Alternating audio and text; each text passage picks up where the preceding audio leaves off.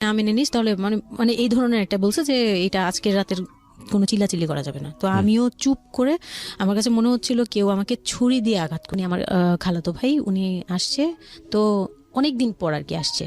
ও আমি তখন 9-এ পড়ি, পহেলা বৈশাখ ছিল, আমি 8 থেকে 9-এ উঠে গেছি পহেলা বৈশাখ। তো ওই সময়টাতে দুষ্টামি করতেছে এরকম ভাবছিলাম যে মনে হয় ফান করছে। আমি ওর সাথে আবার কতক্ষণ চিল্লাচিল্লি যায়, উল্টাপাল্টা কথা বলিস কেন এই সেই। আমার নাম শামিমা। শামিমা, বয়স কত? বয়স এখন 27। 27 ইয়ার্স। ওকে, জন্ম জেলা? জন্ম পুরান ঢাকায়। পুরান ঢাকাতে আপনার জন্ম? হ্যাঁ, পুরান ঢাকাতেই আমার ফ্যামিলি। তার মানে আপনি ঢাকাইয়া কুট্টি যেটাকে বলে বলতে পারেন এরকমই। আচ্ছা, পুরান ঢাকার ভাষা পারেন? হ্যাঁ। ওকে, ঠিক আছে, আপনি যে ভাষাতে যেভাবে বলতে কমফোর্ট ফিল করেন সেভাবেই বলবেন। তো আমাদের এই যে অনুষ্ঠানটি জীবন গল্প, এটা নিশ্চয়ই আপনি শুনেছেন এর আগে?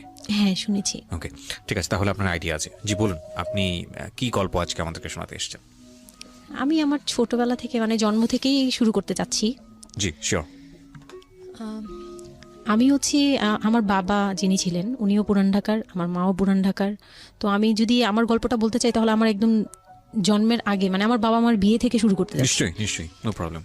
তো আমার বাবা ছিলেন একজন ব্যবসায়ী পুরান ঢাকার। আচ্ছা। আর আমার মানে পাশাপাশি উনি হোমিওপ্যাথিক ডাক্তারও ছিলেন। ওকে। তো খুব ভালো একজন মানুষ ছিলেন। আর আমার আম্মু ছিলেন জমিদার, মানে জমিদার টাইপের, পুরান ঢাকায় লাইক জমিদার যেরকম থাকে আর কি, জমিদার বাড়ির মেয়ে ছিলেন। মানে পুরান এমন কি ছিল যে আগের পিতামহ বা প্রপিতামহ যেটাকে বলি জমিদার ছিল, এরকম হ্যাঁ হ্যাঁ এরকম, মানে আমার নানাই ছিলেন জমিদার।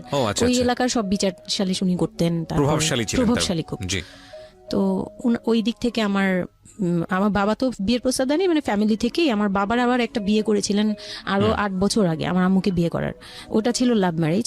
তো আব্বু আর ওই বড় আম্মু একসাথে পড়াশোনা করতেন, ওই দিক থেকে দুইজন পরিচয় হয়ে বিয়ে হয়েছিল। কিন্তু 1.5 বছর পরে আমার ওই বড় আম্মু মারা যায়, অসুস্থ হয়ে মারা যান। তারপর আমার আব্বু আর বিয়ে করবেন না এরকম বলেছিলেন যে আর বিয়ে করব না। তারপর প্রায় 8 বছর পরে আমার দাদু আর ফুপ্পিরা মিলে মানে আমার আম্মুকে চুজ করে তারপর বউ করে নিয়ে আসেন। তো আমার আম্মু খুব অসুস্থ থাকতেন প্রায়, আমার আম্মু একটু ফিজিক্যালি একটু দুর্বল। আচ্ছা। তো ওইখান থেকে আমার আম্মুর বিয়ের প্রায় 2-3 বছর পরে আমার একটা বোন হয়। সেই বোনটা মারা যায় 6 মাসের মাথায়, আমার বোনটা মারা যায়। বোনটা মারা যাওয়ার পরে আমার আরেকটা কথা আমি এখানে ভুলে গেছি, যে আমার যে ফার্স্ট মা ছিলেন মানে বড় মা, আমার আব্বুর যে রিলেশন ছিল, ওইখানে একটা মেয়ে হয়েছিল। ওই মেয়েটার প্রায় 6 মাসের মাথায় মানে পেট খারাপ করে অসুস্থ হয়ে মারা যায়। তো তার পরপরই আমার বড় মাও মারা যায়। তো ওইখানে হচ্ছে আমার ওই বাচ্চাটা ছিল মেয়ে বাচ্চা। হ্যাঁ, তো ওর পরে আমার আব্বু 8 বছর পর বিয়ে করে। তারপর আমার মার একটা মেয়ে হয়, ওই মেয়েটাও মানে ওই মেয়েটা হচ্ছে জন্মের সময় মারা যায়, আর ওই ফার্স্টেরটা হচ্ছে 6 মাস পর মারা যায়। তো এই মেয়েটা হচ্ছে জন্মের সময় মারা যায়। তারপর তার 5 বছর পর আমার ভাইয়া হয়, আমার ভাইয়া আসে। তারপর আমার আম্মুকে বলা হয়েছিল যে আপনার হয়তো অপারেশন করতে হবে, কারণ আপনি আর কনসেপ্ট করতে পারবেন না, খুব অসুস্থ ছিল আম্মু। 2টাই সিজার ছিল, তো ওই সময়টাতে আর কি সিজার বেশি করা যেত না, তাহলে রিস্ক, মানে লাইফে একটা রিস্ক থাকে। তো ওই দিক থেকে আমার আম্মুকে বলা হয়েছিল যে আপনার হয়তো বা ইউট্রাসের অপারেশন করতে হবে। তো আমার আম্মু তখন বলেছিল যে না, আমার একটা মেয়ে দরকার, খুব অসুস্থ অবস্থায় বলেছিল আমার একটা মেয়ে দরকার, মানে আমার যদি একটা মেয়ে থাকতো খুব ভালো। হয়তো বা সৃষ্টিকর্তাই চাচ্ছিলেন যে একটা মেয়ে, মানে আমি যে আসবো এটা তো আর উনি জানতেন না, কিন্তু থাকে না যে অনেক সময় কিন্তু মিলে যায় এরকম। তো আমার আব্বু বলছিল যে মেয়ে হোক ছেলে হোক, আরেকটা হলে ভালো হয়। তো ওইভাবে ট্রিটমেন্ট নিয়ে আমার প্রায় 2 বছর পরে আমি আমার আম্মুর মানে পেটে আসি। তারপর আমার জন্ম হওয়ার পরে আমরা ভালোই ছিলাম, আব্বুর বিজনেস ভালো ছিল। কিসের বিজনেস ছিল? ওনার হচ্ছে ইলেকট্রিক পার্সের বিজনেস ছিল। তো ওখান থেকে আব্বুর মানে ভালো বিজনেস করতেন। পুরান ঢাকায় ছিলাম আমরা 4 জন, একটা ফ্ল্যাট নিয়েছিলাম। আব্বু বিজনেস করতো, আমি স্কুলে ভর্তি হলাম, ভাইয়া স্কুলে ভর্তি হলো। তো খুব ভালোভাবেই কাটছিল দিনকাল। তো একটা পর্যায়ে যে আমার যখন 10-11 বছর, তখন হচ্ছে আমার আব্বুর বিজনেস একটু প্রবলেম হয়, একটু না ভালোই প্রবলেম হয়, মানে একজন খুব বড় ধরনের একটা লস সে ফেলে দেন। তো আমি এটা বলতে চাচ্ছি না। তো যাই হোক, খুব বড় একটা ট্র্যাজেডি, মানে আমার লাইফের সবচেয়ে বড় ধাক্কাটা আমি ওখানেই পাই, যে আমার আব্বু এরকম একটা পার্সন ছিল। আব্বু সবসময় বলতো যেটা, যে আমার এই মেয়েটা হচ্ছে, আমি দেখতে নাকি সেই প্রথম যে আব্বুর বেবিটা ছিল না, মেয়েটা যেটা 6 মাসের মাথায় মারা গেল, আব্বু তাকে খুব ভালোবাসতো। আমি নাকি দেখতে সেম ওরকম হয়েছি, শুধু আমি কালো, ওই মেয়েটা ফর্সা ছিল। তো আমি যখন জন্ম হই তখন আব্বু নাকি আমার ফেস দেখেই কান্না করে দেয় যে এটা আমার বড় বড় মেয়েটা যে ছিল তার মতো হয়েছে। তার মানে ও সেই, মানে আব্বুর ধারণা ছিল যে সেই আসছে, এরকম এরকম কিছু। তা আব্বু আমাকে অনেক আদর করতো, মানে অন্য অন্য বাবারাও আদর করে সব মেয়েদেরই, কিন্তু আব্বুর ভালোবাসাটা কেন জানি একদম ডিফারেন্ট ছিল, অনেক বেশি ভালোবাসতেন, অনেক বলার মতো না। সারাক্ষণ টেক কেয়ার, সারাক্ষণ, রাত নাই দিন নাই, সব সময়। আমার রাতে খুব বদ অভ্যাস ছিল, আমি রাত জাগতাম প্রচুর। প্রতি রাতেই আব্বু আমাকে হেঁটে হেঁটে ঘুম পাড়াতো কোলে নিয়ে। প্রায় 10 বছর 11 বছর পর্যন্ত আব্বু আমাকে কোলে নিয়ে ঘুম পাড়াতো, অনেক আদর করতো। আর যখন যেটা, তখন তো ছোট ছিলাম, যখন যেটা বলতাম আব্বু এখন এটা লাগবে, রাত দিন তো বুঝতাম না, আব্বু ওই সময় বের হয়ে যেত, মানে খুঁজতে বের হয়ে যেত কোথায় পাই এটা। আমার মেয়ে বলছে। তো ভাইয়ার সাথে খুব একটা এরকম হয় নাই, আমার সাথে বেশি হতো। তো ভাইয়া এটা নিয়ে একটু জেলাসও করতো, কারণ সাধারণতই কিন্তু মানে ভাই বোনের মধ্যে এই এটা থাকে। তো আমাদের মধ্যেও এরকম ছিল। তো আব্বু যখন বিজনেস লস হলো তখন খুব বেশি, মানে আব্বু ভেঙে পড়লো। আমরাও মোটামুটি, আমি তো আর বুঝি না, কিন্তু আমি তখন বুঝতাম যে আমার কিছু একটা কমতে যাচ্ছে, মানে কমতি হচ্ছে আমার। কারণ সবকিছু চাওয়ার পরপরই পাওয়া আর একটু লেট করে পাওয়া, এগুলো নিয়ে একটু মেন্টালি এতে পড়ে গেলাম। তো আব্বু বুঝতে দিত না, শুধু আম্মুকে বলতো যে ওদের বুঝতে দিবে না। আম্মু আমাদের বুঝতে দেয়নি কখনো, এরকম ভাবে ইয়ে করেনি। কিন্তু একটা সময় দেখলাম কি আব্বু বাসা চেঞ্জ করছে, ছোট বাসা নিচ্ছে, মানে এগুলো খুব ব্রেনে গিয়ে লাগলো যে ছোট বাসা কেন, আর এরকম কেন হচ্ছে। আব্বু আস্তে আস্তে ব্যবসা গোটাচ্ছে, নতুন কিছু করার চিন্তা ঘুরছে, মানে এগুলো নিয়ে আমিও খুব ডিপ্রেসড হয়ে গেলাম। তখন আমি ক্লাস 6-7 পড়ি, এরকম হবে 7 থেকে 8 উঠবো এরকম। তো আব্বু সবকিছু গুটিয়ে চলে যাচ্ছিল ওনার এলাকায়, মানে দয়াগঞ্জের ওই সাইডে, মানে আমার দাদির এলাকা যে সাইডটা, ওই সাইডটাতে চলে যাচ্ছে। ওখানে চলে যাচ্ছে, বলছে আমি ওখানেই বিজনেস করবো, ওখানে একটু মানে রুম রেন্টও কম, আমি ওখানেই চলে যাব। আর আব্বুর যে ফ্ল্যাট একটা কিনেছিল, আব্বু এর মাঝখানে একটা ফ্ল্যাট কিনেছিল কিস্তিতে, তো ওইটাও সেল করে দেয়, সেল করে বিজনেসে ওইটাও ইনভেস্ট করে। এটা একটা বোকামি করে আমার আব্বু। যাই হোক, উনিও বুঝতে পারেনি। তো ওখানে যাওয়ার পরে সেখান থেকে আব্বু আর কিছু করতেই পারলো না। আর আমাকে করলো কি, ওই সাইডটা একটু মানে রাফ এলাকা, তো যে এলাকায় আব্বুরা মানে ওখানে গেল একটু অন্য ধরনের, মানে একটু ইফটিজিং বেশি হয়, এইসব প্রবলেম ফেস করতে। আর আব্বু তো আমাকে বাসা থেকে বের হতে দিত না, আর ওই সময় আমাকে বোরকা পরাতো। তখন 10-11 বছর বয়স, কিন্তু ওই সময় আমাকে বোরকা পরাতো। তো ওই দিক থেকে চিন্তা করেছে যে এখান থেকে স্কুল চেঞ্জ করতে হবে, 8-এ উঠে যাচ্ছে মেয়েটা, তো এখান থেকে স্কুল না চেঞ্জ করে ওর মামার বাসায় থাকুক, আমার ছোট মামার বাসায় আর কি।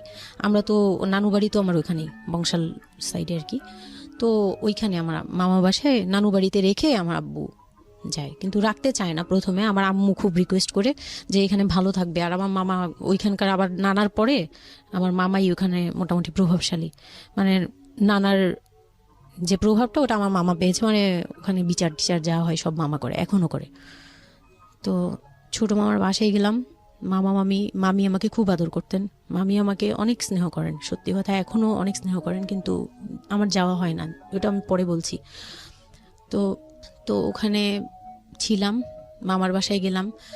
খালার ছেলে, বড় ছেলে, হ্যাঁ, উনি হচ্ছে আমার মানে মামার বাসায় আসছে হঠাৎ করে। আমি জানতাম না যে কেন আসছে, মাঝে মাঝে দেখা হলে সালাম দিতাম। কি নাম ওনার? ওনার নাম রিপন। ওকে। তো উনি হচ্ছে আমার মামার বাসায় আসছে। আপনার খালাতো ভাই? উনি আমার খালাতো ভাই, উনি আসছে। তো অনেক দিন পর আর কি আসছে। আমি তখন 9-এ পড়ি, পহেলা বৈশাখ ছিল, আমি 8 থেকে 9-এ উঠে গেছি, পহেলা বৈশাখ। তো ওই সময়টাতে তাকে দেখলাম যে সে আমাদের বাসায়। রিপন? হ্যাঁ। তো আমি সালাম দিলাম, ভাইয়া কেমন আছেন, কারণ উনি আমাদের অনেক সিনিয়র। আপনি তখন ক্লাস 9-এ পড়েন? হ্যাঁ, 8 থেকে 9 আর কি। 8 থেকে 9, ওকে। হ্যাঁ। তো ওই সময় আমি দেখে বললাম, ভাইয়া কেমন আছেন, চা খাবেন? তো আমার মামা বললো, হ্যাঁ চা বানিয়ে নিয়ে আসো। তো আমি গিয়ে পরে শুনি যে আমার মামাতো ভাই আমাকে বলতেছে যে আমার মামাতো ভাই আবার আমার একদম মানে আপন ভাইয়ের চেয়েও বেশি বলবো, কারণ ওর সাথে আমি সবকিছু, মানে ও আর আমি একসাথে বড় হয়েছি, কখনো মনে হয়নি যে এটা আমার মামাতো ভাই, নিজের ভাই মনে হতো। তো আমার বলতেছে যে তুই তো এখন আন্টি হয়ে যাবি, মানে দুষ্টুমি করতেছে যে তুই তো এখন বড় ভাবি হয়ে যাবি, হ্যান তেন। আমি বলি কেন? বলে রিপন ভাই না তোরে বিয়ে করতে চায়। তো আমি খুব হেসে দিলাম। হেসে দিলাম মানে আমি বলতেছি যে দুষ্টামি করতেছে, এরকম ভাবছিলাম যে মনে হয় ফান করছে। আমি ওর সাথে আবার কতক্ষণ চিল্লাচিল্লি যায়, উল্টাপাল্টা কথা বলিস কেন এই সেই। তো এগুলা নিয়ে ওরা সবাই মিলে আমার সাথে বলতেছে, বলে কি কেমন কথা বলো। উনি বয়সে কত বড় ছিল আপনার থেকে? আমার তখন 13 আর উনার তখন ধরেন 37। 24 বছরের বড় মানে আপনার? না 24 বলতে এখানে, হ্যাঁ 24 বছরই তো বড়, তাই তো? ও মাই গড, ওকে। তো উনি তখন, আমি ভাবতেই পারিনি যে এই লোকটার সাথে আমার বিয়ে দিবে সবাই। মানে ও বললে তো এটা পাগলামি মনে করার কথা, যে এটা একটা পাগলামি, এটা কেমন কথা যে উনি যদি মানে লিগ্যাল বয়সে বিয়ে করতে হয় তো আমার সমান একটা বাচ্চাই থাকতো। হ্যাঁ, তা আমি না ভাবতেই পারিনি তখন। তারপরেও না আমি চুপ হয়ে গেছি, আমি এই ব্যাপারে ডিসিশন দেওয়ার মতো বয়স আমার ছিল না, জ্ঞানও ছিল না। তো হুট করে আমার মামা মামি আমাকে জিজ্ঞেস করারও প্রয়োজন বোধ করেনি বা জানানোরও প্রয়োজন, কি কারণে জানি না, তবে ওনারাই ডিসিশন নিয়ে বলল যে আমার আব্বু আম্মুকে জানালো, আমার মেজু খালা যে মানে আমার আম্মুর ইমিডিয়েট বড় যে, ওনাকে আমার আব্বু আম্মুর কাছে পাঠায়। আর আমার আব্বু আম্মু তখন থাকে হচ্ছে তারই আমার এক ফুপির বাসায়, বাসা ভাড়া নিয়ে থাকে আর কি। তো ফুপির বাসায় থাকে, ফুপির নিজের বাসা, তো ওখানে থাকে। তো আব্বুর কাছে পাঠায়, তখন আমিও যাই ওই বাসায়। তো আমি তো আর জানি না এই কথা বলতে আসবে। আমি আবার ভাইয়ার সাথে বসে বসে গল্প করতে থাকি, ভাইয়া ছিল, ফুফাতো বোন ছিল, আমরা একসাথে গল্প করতে থাকি। তো হঠাৎ করে শুনি যে একটু মানে আমার খালা খুব জোরে সোরে বলতেছে, মানে চিল্লাচিল্লি করে বলতেছে যে যদি এই বিয়ে না হয় তাহলে আমাদের সাথে তোদের কোনো কন্ট্যাক্ট নেই, আজকে থেকেই বন্ধ। আচ্ছা, হ্যাঁ, এই বিয়ে হতেই হবে। কেন হতে হবে? আমার আব্বু বলছে কেন হতে হবে, আমার মেয়ে তো অনেক ছোট, ও তো এই সংসারের ভার নিতে পারবে না, বলো ওগুলো আমরা দেখবো, ওরে আমরা বাচ্চার মতো পালবো। মানে উনি বলতেছে আমি দায়ভার নিলাম, আমি সবকিছু নিলাম, এইভাবে বলতেছে আমি সবকিছু দেখবো, এগুলা নিয়ে কোনো টেনশনের কিছু নাই, নিজেদের মানুষ, এর চেয়ে ভালো কোনো অফার কোনোদিন পাবা না, মানে এর চেয়ে ভালো কোনো প্রস্তাব আসবে না, এই না সেই না, সেই অনেক কিছু বলতেছে। বৌমুকে কনভিন্স করতেছে যে এইটা যদি তোমরা হাতছাড়া করো তাহলে আর কখনো মেয়ের জন্য ভালো কিছু পাবা না, আর আমাদের সাপোর্ট তো জীবনেও পাবা না, তোমাদের একটা সাইড পুরো বন্ধ হয়ে যাবে, মানে আমরা আমাদের সাথে তোমাদের একদম রিলেশন শেষ, তোমাদের মেয়ে এখনই রেখে যাব, তোমরা কি করবা করো। তো আমার আব্বু ওই দিক থেকে একটু দুর্বল ছিল। পরে আমি এটা শুনে কান্না করে দিছি, মানে সাথে সাথে কান্না করে দিছি। তো আমার ভাইয়াও বুঝছে, আমাকে নিয়ে ছাদে চলে গেছে। আমার ফুফাতো বোন, ভাইয়ার এক খুব ক্লোজ ফ্রেন্ড ছিল, ছোটবেলার বন্ধু, সেও আমাকে খুব আদর করতো বোনের মতো, সেও গেল উপরে, বলতেছে আপু তুই কান্না করিস না, আমরা দেখতেছি কি করা যায়। তো আমার ভাইয়া বলতেছে, বলে কি আমি ওরে নিয়ে কোথাও পালিয়ে যাই, আমার মনে হচ্ছে যে আমি ওকে নিয়ে এখন কোথাও পালিয়ে যাই। যে রিপন ভাই এটা কিভাবে এটা বলতে পারে যে বিয়ে করবে ওকে। তো আমি খুব কান্নাকাটি করছিলাম। আমার খালা চলে গেল, খালা চলে যাওয়ার পরে আমার ভাইয়া আব্বুকে যে কি বলছে জানি না, আব্বু আবার ছাদে আসছে, আমি কান্না করতেই আসি, মানে তখন কন্টিনিউ কান্না করতেছি। তো আমার আব্বু ছাদে এসে যেটা বললো যে, আমার আব্বু তখন বললো যে, বলে আমি তোমাকে নিয়ে মানে বনে চলে যাব দরকার পড়লে, কিন্তু আমি ওর কাছে তোমাকে দিব না।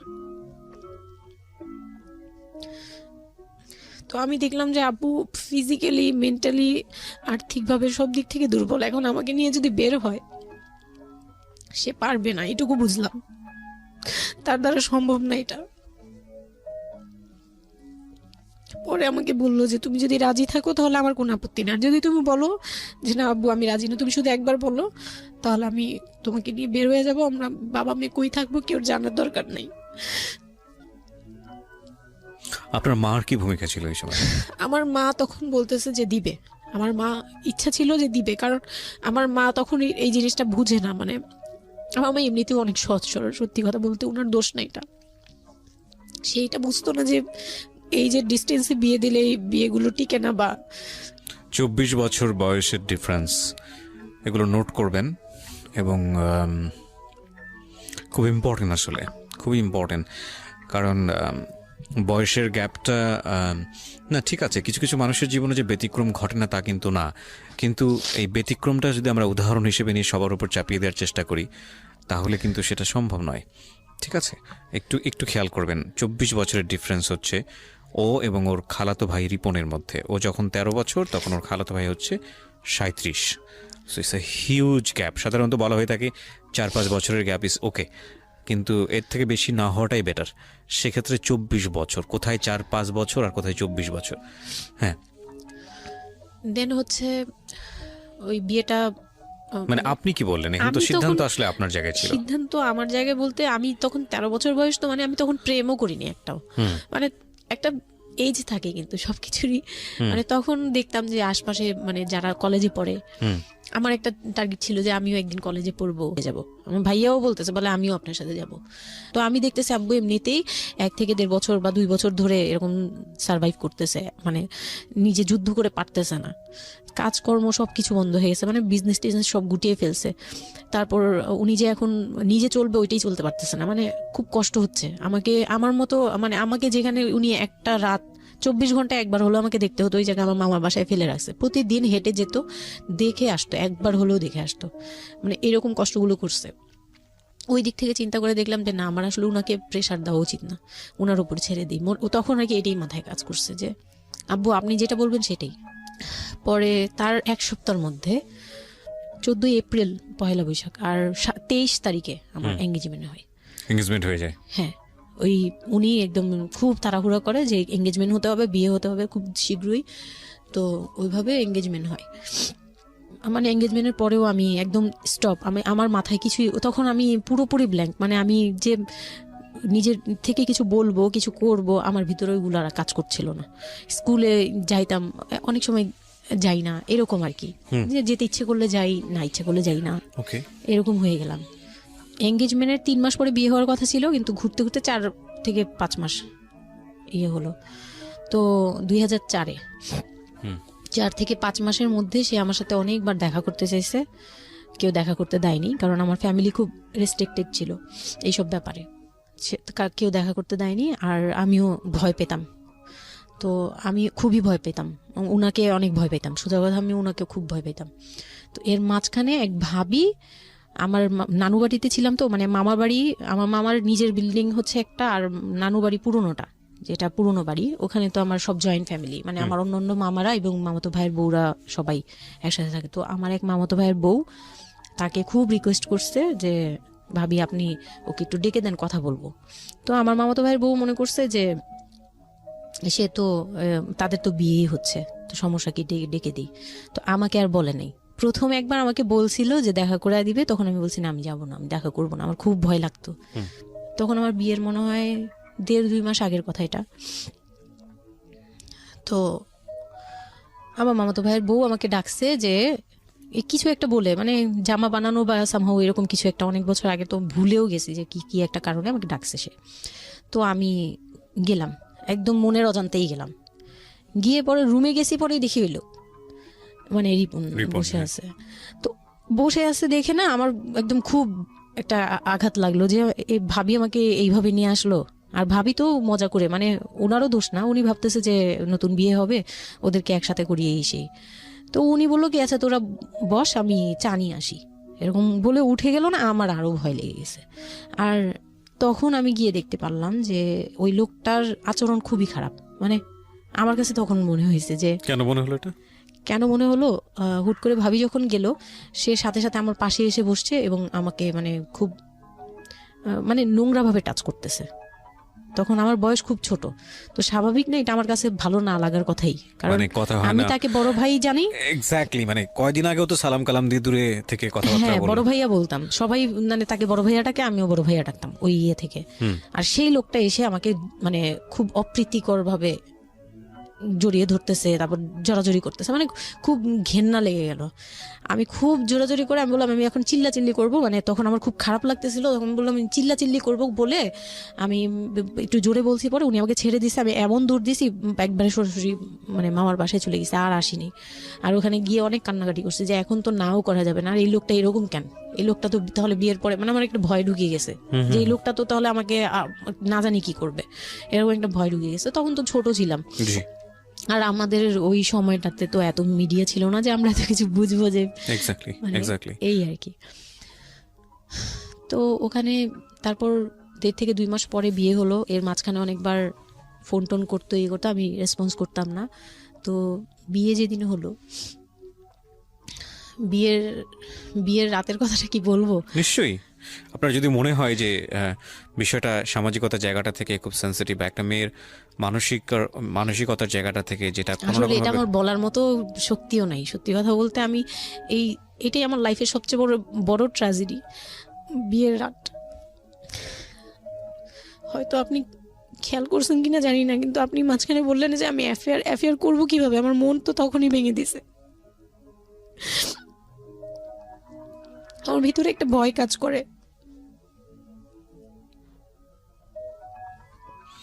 কি হয়েছিল আমি জানি, আপনি খুব সুন্দর করে বলছেন গল্প, আপনি আপনার মতো করেই বলবেন, আমরা আসলে মূল মেসেজটাই পেতে চাই।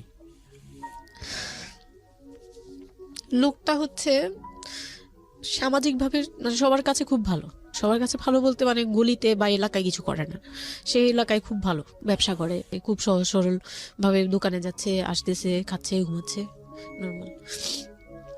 আমার সাথে যেদিন বিয়ে হলো সেদিন খুব বৃষ্টি, তো আমার তো ওই একদিনে আমার ভাবির রুমে ওই দিনে আমি তার রূপ দেখে ফেলছি। তো তখন থেকে আমার তাকে দেখলে মানে গা শিউরে উঠতো, যে মনে হতো যে ভয়ঙ্কর একটা কিছু করবে।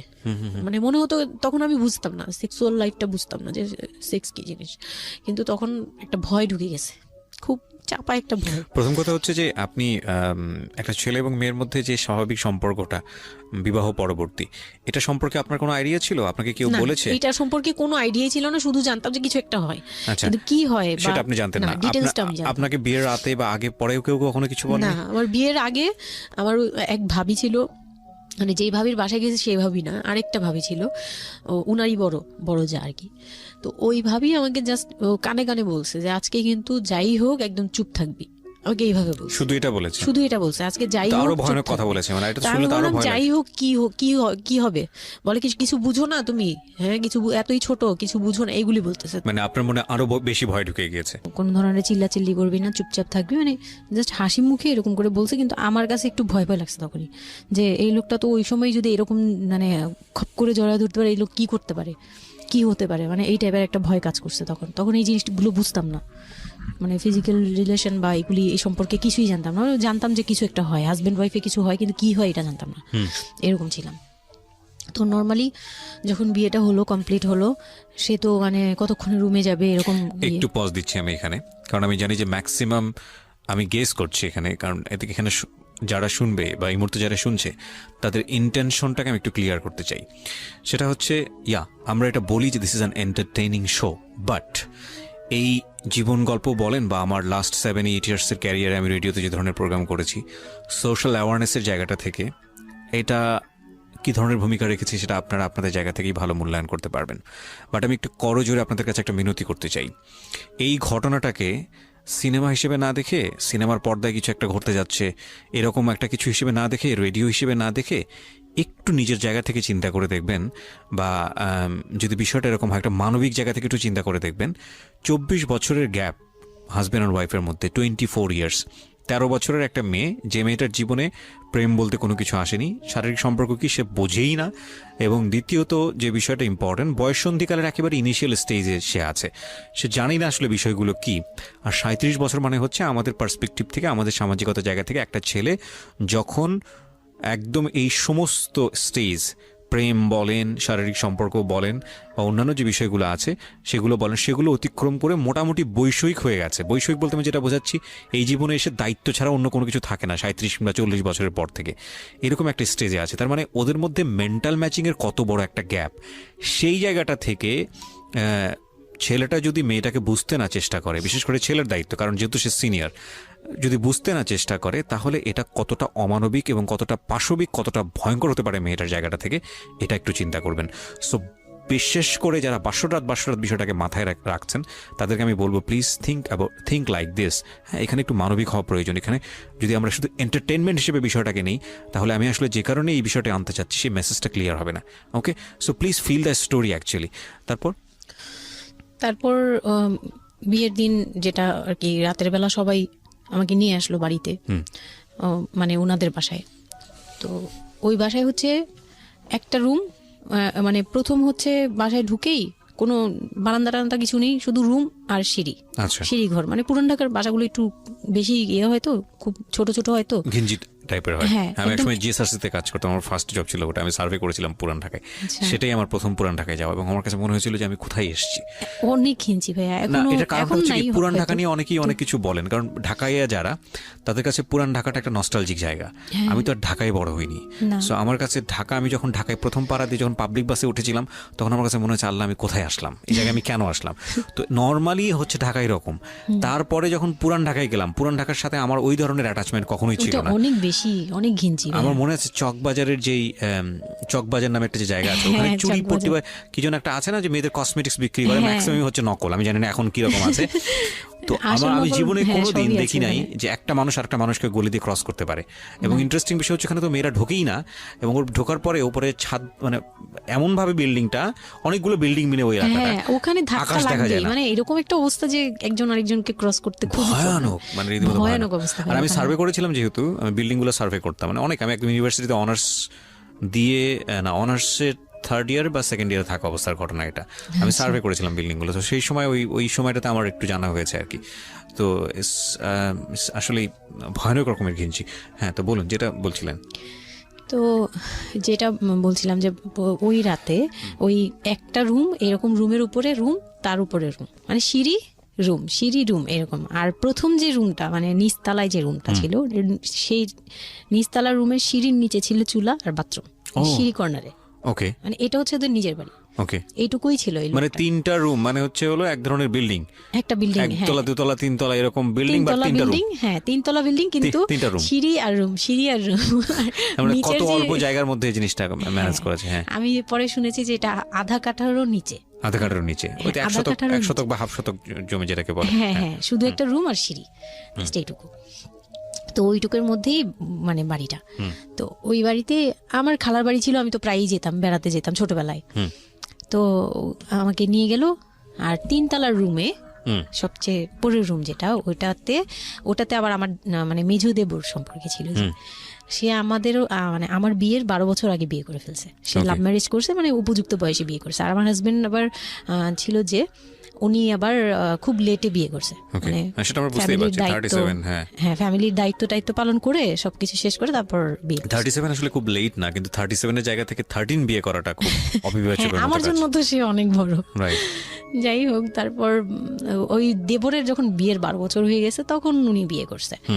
আর তো ওই ভাইয়া, মেজো ভাইয়া যে ছিলেন, তো মেজো ভাইয়ার রুমটা ছিল 3তলায়। আমি ওখানেই আমার বাসর ঘরটা করা হয়েছিল আর কি। তো ফুল টুল তেমন ভালো আনা হয়নি, সে খুব রাগারাগি করছে। ছোট ভাই যারা ছিল এলাকার, ছোট ভাইটাই ওদের সাথে খুব রাগারাগি করছে আমার হাজবেন্ড যে ছিলেন। তো এটা কোনো ঘর সাজানো হলো এই সেই বলে চলে বলতেছে, এখন তোমরা বের হও, অনেক হয়েছে, এখন তোমরা যাও, মানে খুব রাগারাগি করতেছে। তো আমি রাগ দেখে আরো ভয় পেয়ে গেছি প্রথম রাত। তারপর আবার আমি মানে এই অবস্থায় আসছি, বউ হয়ে আসছি, আমার শরীরে ভারী গহনা, শাড়ি টাড়ি, মানে আমি এগুলোর ওজন নিতে পারছি না। 4-5 ঘন্টা হয়ে গেছে আমাকে এগুলো পরায় রাখা হয়েছে, ভারী মেকআপ দেওয়া হয়েছে, আমি এগুলো কখনো ইউজ করিনি ফার্স্ট লাইফে। মানে আমি দেবীর মতো সেজে বসে আছি, এরকম একটা ইয়ে। তো খুব ভয়েও কাজ করছে, নার্ভাসনেস। তারপর এখন কি হবে, সবাই বের হয়ে গেলে কি হবে, এটা একটা টেনশন। আর শুধু মানে কেমন জানি একটা ফিল, যেটা সাধারণত নর্মালি হওয়া উচিত একটা ছেলে এবং একটা মেয়ের জায়গাটা থেকে। এটা হচ্ছে জীবনের সবচেয়ে সুন্দরতম মুহূর্তের একটা, রাইট? আমরা সেটাই চিন্তা করি না। একটা মেয়ের জীবনে স্বপ্ন থাকে তার একটা বাসর রাত কিংবা ফুলসজ্জার রাত, আমরা যেটাই বলি সেটা নিয়ে। একটা ছেলের জীবনেও নিশ্চয়ই থাকে, এবং সেটা চমৎকার হয়ে সারা জীবন স্মৃতি হয়ে থাকুক, এরকম কিছু একটা থাকে। এবং সেখানে বিষয়টা যদি এরকম হয় যে একটা মেয়ের জীবনে আতঙ্কের রাত এবং ভয়ানক রকম আতঙ্কের লাইফে সবচেয়ে বড় আতঙ্কের রাত ছিল ওটা। তাহলে আপনি চিন্তা করে দেখতে পারেন। এবং সেটাকে যারা আজকে এই রেডিও যারা শুনে, যারা এটাকে এন্টারটেনমেন্ট হিসেবে নিচ্ছেন, তাদের জায়গা থেকে আমি বলতে পারি যে এখানে নিজেরও কিন্তু একটা পরিচয়ের বিষয় আছে। হ্যাঁ, মানে নিজের পরিচয়টা নিজের কাছে কি দিচ্ছেন একটু চিন্তা করে দেখেন। ঘটনার ভেতরে ঢোকার চেষ্টা করুন, এই মেয়েটার মানবিক অনুভূতিটাকে জানার চেষ্টা করুন, অন্য কিছু নয় প্লিজ। কজ আমরা আমাদের সামাজিকতার জায়গাটা থেকে মেয়েদের এই বিষয়গুলোকে উইথড্র করে বা না ভেবে তাদেরকে কখনো কখনো সারা জীবনটা ধ্বংসের দিকে ঠেলে দিই। হয়তো মেয়েটার ক্ষেত্রে এরকমই কিছু হয়েছে, আমরা একটু সামনের দিকে আগাবো। জি, তারপর উনি আমাকে, আমি তখন শাড়ি টাড়ি পরা, গহনা পরা। তো খুব নর্মালি সবাই চলে গেল পরে খুব নর্মালি আমাকে বলতেছে যে ড্রেসটা চেঞ্জ করো, শাড়িটা চেঞ্জ করো, গহনা টহনা চেঞ্জ করো। তো আমি আমার লাগেজ থেকে একটা 3 পিস নিলাম, ওই 3 পিসটা নিয়ে ওয়াশরুমে চলে গেলাম।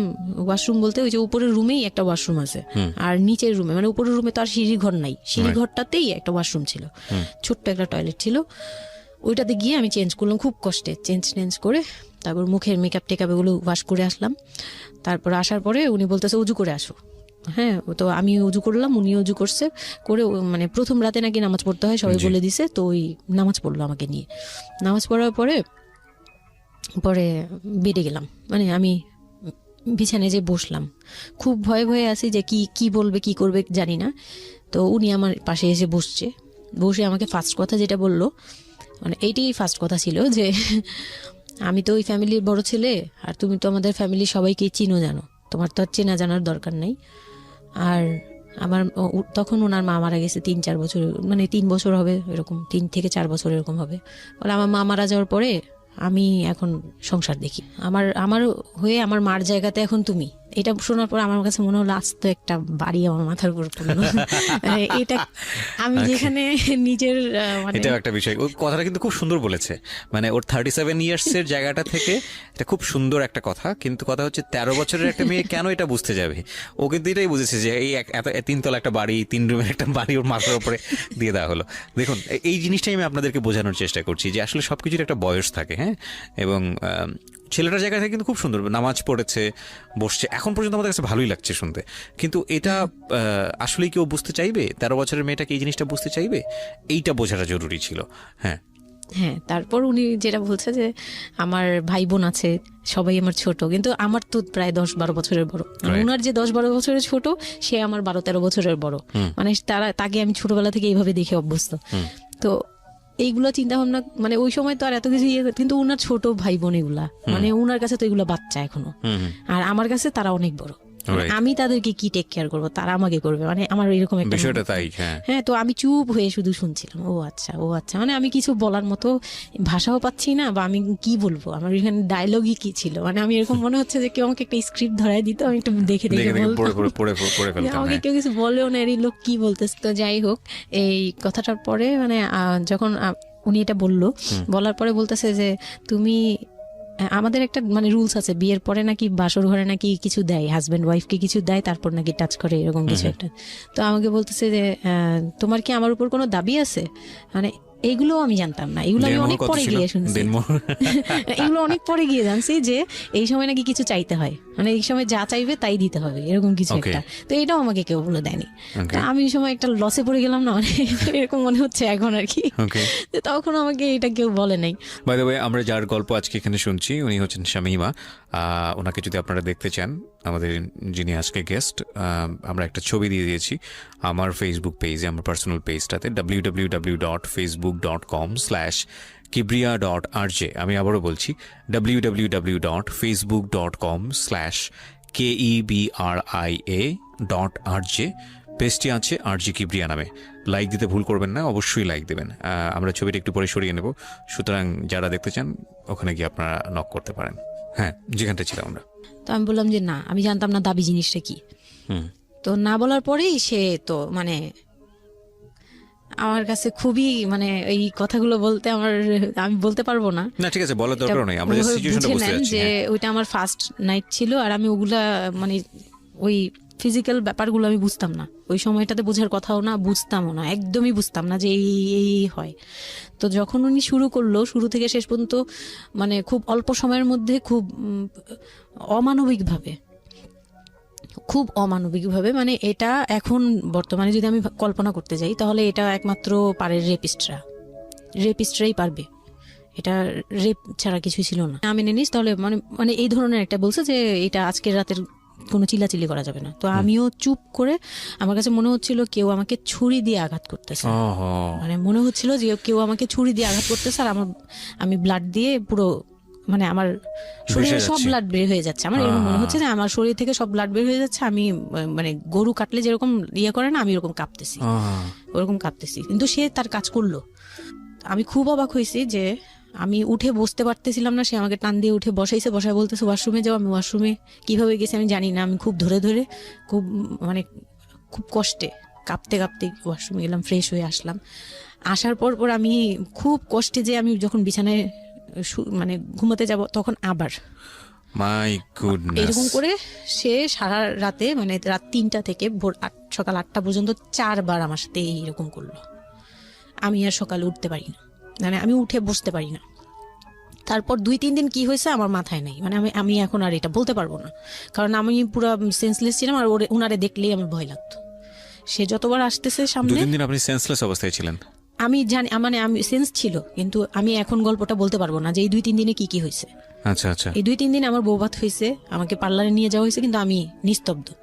আর তখন আমার মানে শারীরিক কন্ডিশন খুব খারাপ, কিন্তু সবাই বুঝতেছিল, কিন্তু কেউ বুঝতে দিচ্ছিল না আমাকে। মানে এভরিবডি অ্যাভয়েড দিস, মানে সবাই এই জিনিসটাকে অ্যাভয়েড করছে, তারা পার্টিটাকে এনজয় এটা করছে। শুধু আপনার ফ্যামিলির সমস্যা না, এটা আমাদের পুরো সমাজেরই সমস্যা। এটা সমাজটাই অ্যাভয়েড করে। এবং আমার মনে আছে I face huge difficulty for the first time যখন আমি রেডিওতে এই ধরনের একটা, আমি নট আজকেই না প্রথম, আমি এটা এর আগে বিষয়গুলো খুব চ্যালেঞ্জ জায়গা থেকে আমি প্রচার করার চেষ্টা করেছিলাম। অ্যান্ড আই ফেস, এগুলো হয়তো আমার লিসনাররা কখনোই জানে না, আই ফেস হিউজ ডিফিকাল্টিস। যখন আমার প্রথম বইটা পাবলিশড হয় সেটা নিয়েও আমার একটা বড় ধরনের ডিফিকাল্টি ফেস করতে হয়েছে। একটা অদ্ভুত বিষয় হচ্ছে আমাদের সমাজে এই বিষয়গুলোকে আমরা অ্যাভয়েড করি, আমরা ঢেকে রাখতে চাই, আমরা মনে করি এটা একটা ট্যাবু, এটা সমাজে 8-10 জন মানুষের সামনে এটা নিয়ে আলোচনা করা যায় না। একটু চিন্তা করে দেখবেন আলোচনা করা যায় না এটা কোন অর্থে? যদি বিষয়টা নিয়ে সুড়সুড়ি দেওয়া হয়, যদি বিষয়টা নিয়ে এমনভাবে বলা হয় যে এটা এমনভাবে প্রেজেন্ট করা হচ্ছে যেটা একটা রগরগা বিষয়, এবং সেটা শুনে আরও কারোর মধ্যে এই ধরনের পাশবিক বা সে আসলে এন্টারটেনমেন্টের জায়গা থেকে নিয়ে এটাকে মজা হিসেবে নিল, বিষয়টা তখনই একটা প্রশ্ন আসে। কিন্তু যদি বিষয়টা লেসনের জায়গা থেকে আসে, একটা সামাজিক শিক্ষার জায়গা থেকে আসে, যে একটা পুরুষ, সে 37 বছর বয়স, সেটা আমিও হতে পারি, আপনিও হতে পারি, বা যে ছেলেটা ওনার জীবনে এসছে সে তো হয়েছেই, যে তারা যেন কখনো এরকম অমানবিক না হয়। এবং নট অনলি দিস, একটা মেয়ে যখন 13 বছরের থাকে তাকে পরিবারের এত বড় সাপোর্টের জায়গা থেকে বাবা এত ভালোবাসতো, তার জায়গাটা থেকেও কোন একটা সাময়িক সমস্যার সমাধান করবার জন্য বা যাই হোক না কেন শেষ পর্যন্ত যে রাজি হয়েছে, এরকম এক ধরনের, এটা তো জবাই করা আমি বলবো, যে একটা মেয়েকে শুধু শারীরিকভাবে হয়তো সে যেই প্রবলেমটা ফেস করেছে ওই রাতে সেটা হয়তো সে ধীরে ধীরে রিকভার করবে, কিন্তু সারা জীবনের জন্যে সে যে মেন্টালি ওই জিনিসটাকে ভয়ানক রকমভাবে একটা বাজে জায়গায় বাজেভাবে চিন্তা করা শুরু করলো মানুষের জৈবিক চাহিদার জায়গাটাতে, এটা তো একটা মানুষের থিঙ্কিংটাকে জবাই করে দেয়া, তাই না? এবং এইটা কত ভয়ানক রকমের অপরাধ, কত ভয়ানক রকমের ভুল। এবং আমাদের এই জায়গাটাতে আমাদের অনেক বেশি পরিমাণে বড় যারা আছি, সিনিয়র যারা আছি, তাদের বোঝা উচিত। প্রথম কথা হচ্ছে লিগেলি যদি আমি বলি তাহলে বিয়েটা বৈধ ছিল না, কারণ সরকার কিন্তু আমরা যতদূর জানি যে 18 নিচে বিয়ে দেওয়াকে পারমিট করে না। দ্বিতীয় কথা হচ্ছে যে মানসিকভাবে সে পরিপক্ক ছিল না। তৃতীয় কথা হচ্ছে যে যদিও বা বিয়েটা হলো, তাহলে তাকে যে একটি প্রপার এডুকেশন দেয়া, যে এই বিষয়টা হচ্ছে এরকম, প্রপারভাবে বড় করা, প্রপারভাবে নার্সার করা, সেটার মারাত্মক রকমের অভাব ছিল। ঘটনা এখানে শেষ হয়ে যায় নাই, ঘটনা কিন্তু এখানে শুরু হলো।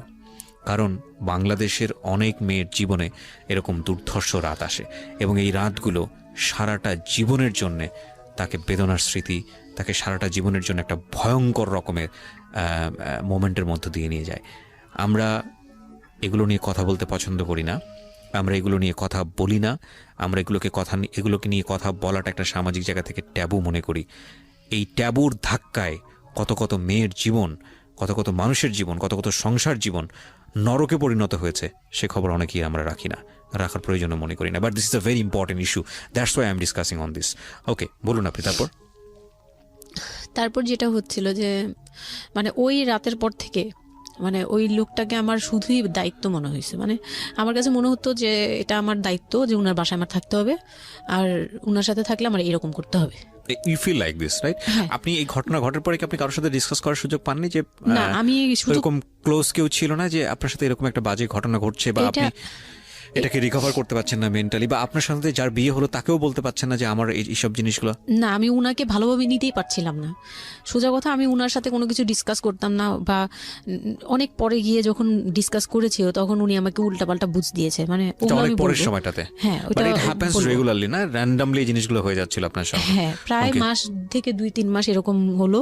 তারপর মানে এটা আমি বলি যে প্রথম তো 4-5 দিন তো রেগুলার হলো, তারপর আমি আমার মানে আমার ব্লিডিং অফ হচ্ছিল না, আমার কন্টিনিউ হচ্ছিল ব্লিডিং। তো এক সময় যে ওই ব্লিডিং এর মধ্যেও তিনি অনেক বাজে ইয়ে করেছে। তো ওর পরে আমি বাসায় যেতে চাইলে বাসায় যেতে দিত না, এইভাবে ইয়ে করে ফেললো। আর ফ্যামিলিগত যে ব্যাপারটা ছিল, যে আমার ফ্যামিলি তো তখন, আমার আব্বু তো তখন একদম মানে ফিনান্সিয়ালি খুব উইক ছিল। তো বিয়ের পরে কিছু ফর্মালিটি থাকে, পুরান ঢাকার কিছু রুলস আছে যে বিয়ের পরে মেয়েদের প্রতি সপ্তাহে সপ্তাহে দেখতে যাওয়া, এটা সেটা পাঠানো, প্রতি সিজনে সিজনে এটা এটা করা, এইগুলো ব্যাপারে কেউ কনসার্ন ছিল না। মানে তখন মানে আমার ফ্যামিলির কেউ এরকম অ্যাক্টিভ ছিল না, মানে ছিল কিন্তু কেউ কেয়ার করেনি। তারপর হচ্ছে এরকম করে আমার সময়গুলো কাটতে লাগলো। তো সবচেয়ে বড় কথা হচ্ছে আমার যে হাজবেন্ড ছিল রিপন, উনি আমার বাবার দোকানে কাজ করতো একটা সময়। ওইটা হচ্ছে প্রায় আরো মানে আমার জন্মের সময় বা আমার জন্মেরও আগে। হ্যাঁ, তখন নতুন নতুন আর কি কাজ শেখার জন্য আমার আব্বুর দোকানে ঢুকছে এরকম। তো আমার আব্বু তাকে ক্যাশ বুঝিয়ে দিয়েছিলেন নাকি, তখন নাকি ক্যাশ দিত। তো আমি একটু যখন 2-3 বছরের, তখন উনি দোকান থেকে বের হয়ে নিজে ব্যবসা দিয়েছে, ওখান থেকে তিনি ইমপ্রুভ করছে। তো ওখান থেকে শুরু। আর আমাকে যখন বিয়ে দিছে, মানে আমার যখন বিয়ে হয়েছে, তো ওই রিপন যিনি, ওনার উদ্দেশ্য ছিল যে আমি আমার নানু বাড়ির অংশ পাবো, মানে সম্পদ। আমার নানু বাড়ি খুব বিশাল, মানে বললামই তো যে খুব বিরাট একটা অংশ। আর ওনাদের যে অংশটা ছিল সেটা অনেক আগেই নেওয়া হয়ে গেছে। মানে ওনার দাদা বাড়ি যেটাতে ওনারা ছিল 3 রুম, ওই যে ছোট ছোট 3টা রুম উপরে ওই বিল্ডিংটা তোলার পরে আমার মামা ওই অংশটা কেটে রাখছে, মানে আমার মামা রেখে দিয়েছে। আর আমাদের যে অংশটা ছিল তার লোভটা ছিল যে ওই বাড়িতে আমি একটা রুম হলেও পাবো। হ্যাঁ, তো আমার আম্মু তো আর ওটা নেয়নি। তো আমার হাজবেন্ডের ইয়েটা ছিল, টার্গেটটা ছিল যে ওই বাসায় একটা রুম হলেও পাবে। আর পুরান ঢাকায় একটা রুম মানে অনেক কিছু, মানে ওখানে তো প্রায় 1 কোটি টাকা দাম কাঠা। তো একটা রুম মানে 1 কাঠা না হোক, আধা কাঠা হোক, 50 লাখ টাকা হোক আমার আসবে, এরকম একটা টার্গেট ছিল তার। তো আর বিয়ের সময় তো অনেক কিছু নিয়ে, মানে গহনা টহনা নিয়ে, ফার্নিচার নিয়ে নানান কথা তো শুনতে হয়েছে, ওগুলাও ফেস করছি। মানে খুব পেইনফুল ছিল ওগুলা, কারণ আমি তখন এত কিছু বুঝি না। আমি তখন মাত্র মানে জামা কাপড় বানাই, ঘুরি ফিরি, খাই দেই, ব্যাস ওই পর্যন্তই। আমি কারো জিনিস নিয়েও মাথা ঘামাই না। ওখানে আমার উপরে প্রেশার আসছে যে আমার ফার্নিচার এমন কেন, আমার গহনা এমন কেন, তুমি বাসায় বলো না কেন, তোমার খাট এখনো আসতেছে না কেন। আমার বিয়ের পর খুব বৃষ্টি ছিল তখন, মানে আমার ফার্নিচার, আমার চাচা ছিল ফার্নিচারের, ওনার বিজনেস। তো আমার চাচার ফ্যাক্টরি থেকেই সবগুলো ফার্নিচার আসবে। তো ওনারা বলতেছে যে জাস্ট একটা কারণেই লেট হচ্ছে, রোদ পাচ্ছি না, রোদ পেলে তারপর কাঠগুলো শুকাবে, তারপরে হ্যাঁ, মানে জয়েন্ট দিলেই এখন এটা ফেটে যাবে, এখন জয়েন্ট দিলে প্রবলেম হবে। এই জিনিসটা ওরা বুঝতেছে না। ওরা বলতেছে কেন দেরি করছে, নাকি ফাঁকিই দিচ্ছে, নানান ধরনের কথা তৈরি করতেছে। আর এই দিক দিয়ে আমি পেইন খাচ্ছি, ওই দিকে এক পেইন, মানে রাতে গিয়ে এক পেইন, দিনের বেলায় পেইন। মানে আমি পুরো মানসিকভাবে, মানে বলে না যে আমি হয়তো বা প্যারালাইজডের মতো হয়ে গেছিলাম, আমার মানসিক ভাবটা জাস্ট শুনি আর শুনি, কিছু বলতে পারছি না এরকম। আর বাসায় গিয়ে কোনো কিছু বলি না, কারণ আব্বু অসুস্থ, আব্বু মেন্টালি অনেক প্রবলেম। আব্বু যখনই জিজ্ঞেস করে আম্মু তুমি ভালো আছো তো, আমি খালি হাসি দিয়ে বলছি হ্যাঁ। যতবার জিজ্ঞেস করে তুমি খুশি আছো তো, আমি হ্যাঁ। আমি এই একটা কথাই বলছি, হ্যাঁ ভালো আছি। আসলে আমি ভালো ছিলাম না, কিন্তু বুঝতে দেইনি। ওই লোকটার ছোট বোনগুলো আমার সাথে অনেক রাফ বিহেভ করছে।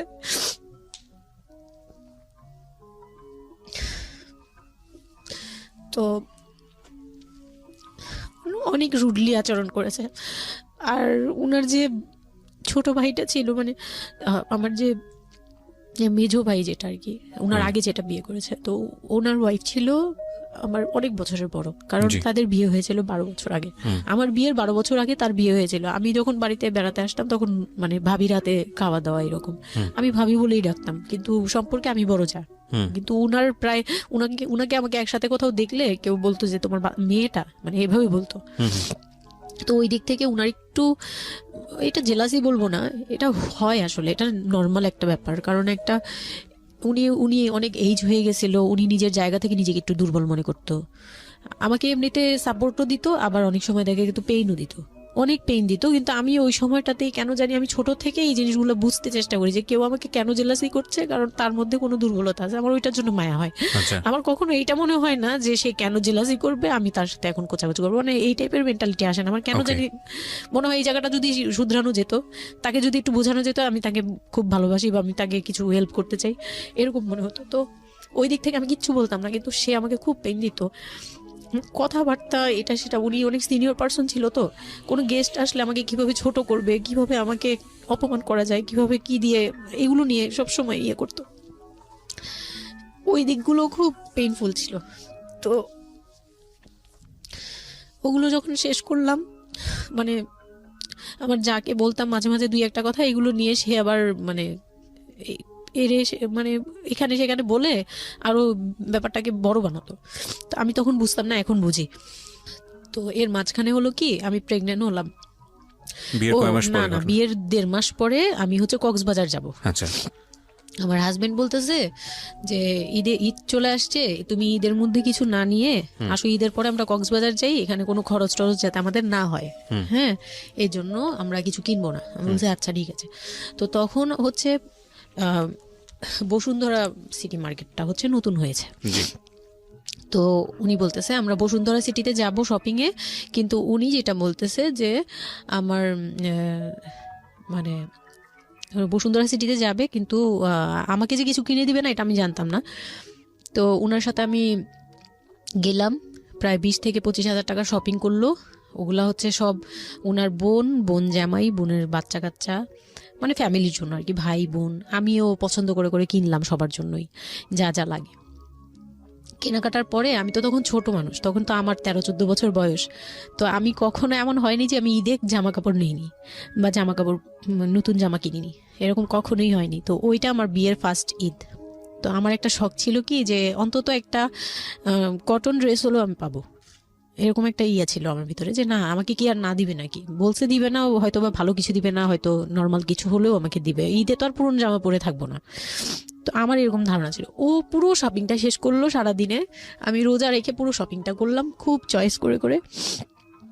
লাস্ট মোমেন্টে যে সে আমাকে নিয়ে চলে আসতেছে, যখন সে আমাকে নিয়ে রওনা দিল, মানে আমার মনটা খারাপ হয়ে গেল। আমি কিচ্ছু বলিনি, প্রথম ঈদ এটা। তো আমি কিচ্ছু বলিনি। সাচ এ ইডিয়ট, মানে নাথিং টু সে, মানে স্পিচলেস টোটালি। হ্যাঁ, পরে উনি কিচ্ছু কিনে দিল না আমাকে, তখন আমি না মনটা খারাপ হলো আমার, কারণ স্বাভাবিক এটা আমার এখনকার বয়স। উনি আমাকে করলো কি যে আসার সময় বলতেছে যে একবারে নিচে, তখন বলতেছে তোমার কি মন খারাপ? আমি বলছি যে না, আমি তো কিছু নেই নাই, ঈদের দিন কি পরবো? তো বলতেছে তোমার তো অনেক ড্রেস নিয়ে আসছো, ওগুলা থেকেই পরো, ওগুলাই তো এখনো পুরোনো হয়নি, এখন দরকার কি আছে কেনার? বলে তারপরে চুড়ি দেখলো, চুড়ি দেখে আমাকে 2 মুঠ চুড়ি কিনে দিল 200 টাকা। এই ছিল আমার ঈদের মানে ফার্স্ট অ্যান্ড লাস্ট, এইটাই ছিল আমার শপিং, আর কোনো কিচ্ছু কিনে দেয়নি সে আমাকে। তো বাসায় আসলাম, বাসায় আসার পরে তার ভাই বোনরা বলতেছে যে সবার জন্য কিনছেন, ওর জন্য কিছু নেন নাই।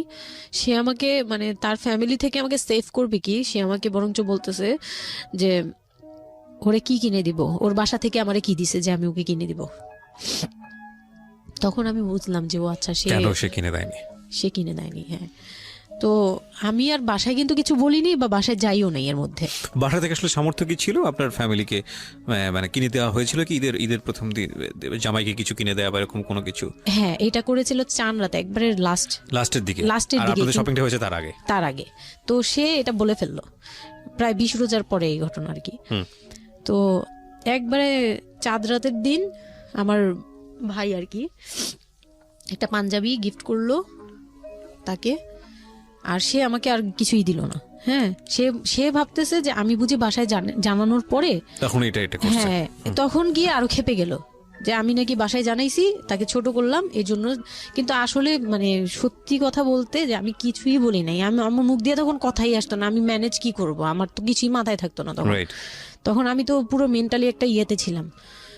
তো আমার এমনও মনে হয়েছিল তখন, মানে ওই মাসখানিক যে সে আমাকে ওই ফিজিক্যাল টর্চারগুলো করতো, তখন আমার এমনও মনে হয়েছিল যে আমি এক কাজ করি, বের হয়ে কোথাও চলে যাই, মানে অজানার উদ্দেশ্যে কোথাও চলে যাই। যদি আব্বুর এই অবস্থা না থাকতো হয়তো আমি করতাম এটা। সত্যি কথা বলতে একমাত্র আব্বুর কথাটা যখন মনে আসছে, চোখে ভাসছে যে আমার আব্বু তো মরে যাবে, তখন গিয়ে আর এটা করতে পারিনি, নয়তো ঠিকই আমি বের হয়ে যেতাম। তো ঈদ আসলো, ঈদের পরের দিন কক্সবাজারের উদ্দেশ্যে রওনা দিল। আর তার একটা অভ্যাস ছিল যে মানে সে কিছু দিলে বা করলে বা আমার জন্য যদি সে 2টা টাকাও খরচ করতো, এটা খুব হাইলাইট করতো, সবার সামনে তুলে ধরার জন্য চেষ্টা করতো। ওই কক্সবাজার যাবে, সে খুব মানে ঢোল পিটাচ্ছে যে আমাকে নিয়ে কক্সবাজার যাচ্ছে, কিন্তু শপিং করে দেয়নি, এটা আবার হাইক করতেছে। আচ্ছা, যাই হোক, ওই সব বলতে গেলে শপিং এর টাকা সেভ করে আমাকে কক্সবাজার নিয়ে যাচ্ছে। তো গেলাম কক্সবাজারে, সেখানে গিয়ে আরেক ধাক্কা খেলাম যে কক্সবাজার যাওয়ার পরে প্রথম রাত মোটামুটি ভালো ছিলাম, পরের দিন সকালে সে আমার সাথে মানে এমনভাবে মানে ফিজিক্যাল রিলেশন করতে চেয়েছে যেটা সম্পর্কে আমি অবগত ছিলাম না, মানে আমি জানতাম না যে এরকম কিছু হয়। তো এক সময় সে আমার হাত পা জোড়াজোড়ি করে ধরে, মানে প্রায় হাত পা বাঁধার মতো জোড়াজোড়ি করে সে আমার সাথে ওই রকম কিছু করতে চায়। তখন আমার মানে আমি খুব বাধা দেওয়ার পরে বা চিল্লাচিল্লি করার পরে সে আমার গায়েও হাত তুলে 2-3টা চট থাপ্পড় দেয়। আপনাদের মধ্যে সম্পর্কের জায়গাটা কি আপনি তখনও কি ওনাকে আপনি করে বলতেন? হ্যাঁ, আমি এখনো স্টিল নাও। তার মানে বিষয়টা এরকম হয়ে গেছে যে ওই দূরত্বটা বিয়ের পরে ছিল, এবং সেই দূরত্ব থাকা অবস্থায় ও এই জিনিসগুলো প্র্যাকটিস করে যাচ্ছে ওর মতো করে, এবং সেখানে যখন ও সাকসেসফুল হতে না পারছে তখন সে আপনার গায়ে হাত তুলছে, তাই তো? সেটাই। হ্যাঁ, তারপর আর সবচেয়ে বড় কথা হচ্ছে সে তার জায়গাটা, সে তার চাওয়াগুলো সব পূরণ করতেছে, বাট আমার দিকটা দেখছে না। এবং সে যে শুধু আমার না, মানে সে মানুষটাই এমন, আগে বুঝি নেই, পরে অনেক ধীরে ধীরে গিয়ে পরে বুঝতে পেরেছি যে উনি সম্পূর্ণ সেলফ সেন্টার, মানে নিজের যেটা অধিকার সেটা সে আদায় করে নিবে, তার বাকিগুলো নিয়ে তার কোনো মাথা কি হচ্ছে বা কার কি হচ্ছে এটা দেখার বিষয় না, এই টাইপের মেন্টালিটি।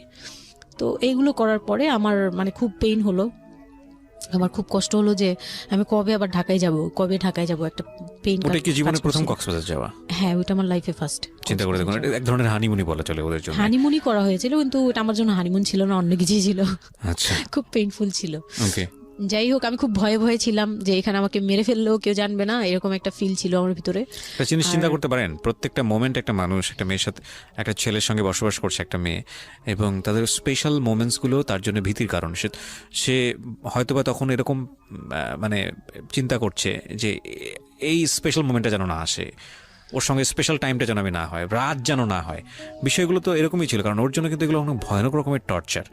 হ্যাঁ, তারপর আর আমার সাথে যারা ছিল, মানে ফ্যামিলি তো 2টা গিয়েছি আমরা, মানে আমার হাজবেন্ড আমাকে নিয়ে গেছে, আর হচ্ছে আমার চাচাতো বোনের রিসেন্ট বিয়ে হয়েছিল, চাচাতো বোনের হাজবেন্ড আর চাচাতো বোন, ওরা 2জন গিয়েছে। কিন্তু ওরা ওদের মতো ছিল, আমরা আমাদের মতো ছিলাম, এরকম আর কি। তো ওইভাবে আর আমাদের সাথে ইয়ে করা হয়নি যে একদম সব বিষয়ে ডিটেলস বলা। আর আমার চাচাতো বোন আমার অনেক বড় ছিল, যার কারণে আমি আপুকে বলতাম না, লজ্জা পেতাম। তো ওই দিক থেকে 3 দিন পরে 4 দিনের দিন আমি খুব জেদাজেদি করে, মানে কান্নাকাটি করে চলে আসবো করতেছি, কিন্তু আমাকে কেউ আর জিজ্ঞেস করতেছে না যে কেন। মানে আমার বোন জামাইও বিষয়টা খেয়াল করেনি, আমার বোনও খেয়াল করেনি যে আমি কেন বারবার চলে আসতে যাচ্ছি। হ্যাঁ, এত সুন্দর একটা ওয়েদার, ওরা তো খুব এনজয় করছিল হয়তো বা, মানে আমি তাদের এনজয়মেন্টে বাধা দিলাম, এরকম আর কি। তো খুব কান্নাকাটি করে ওই রাতেই আমি চলে আসবো। আমি বলছি তোমরা সবাই থাকো, আমি চলে যাই, মানে এইভাবে কান্নাকাটি করছে। আমি থাকবোই না, আমি আর একটা রাত এখানে থাকবো না। আমার কাছে মনে হচ্ছে তাও এলাকার ভিতরে তো থাকবো, যাই হোক, কিন্তু এখন তো আমি বাইরে আছি, অনেক দূরে। আমার কাছে এরকম মনে হচ্ছিল যে আমি যদি মরে যাই, আমি যদি যে কোনো সময় মারা যাবো, এরকম মনে হচ্ছিল। তো আমি ওই সময় বলাতে ওরা সবাই মিলে চলে আসছে, সবার মন খারাপ যে আমার জন্য চলে আসতে হলো তাদের। তো ঢাকায় আসলাম।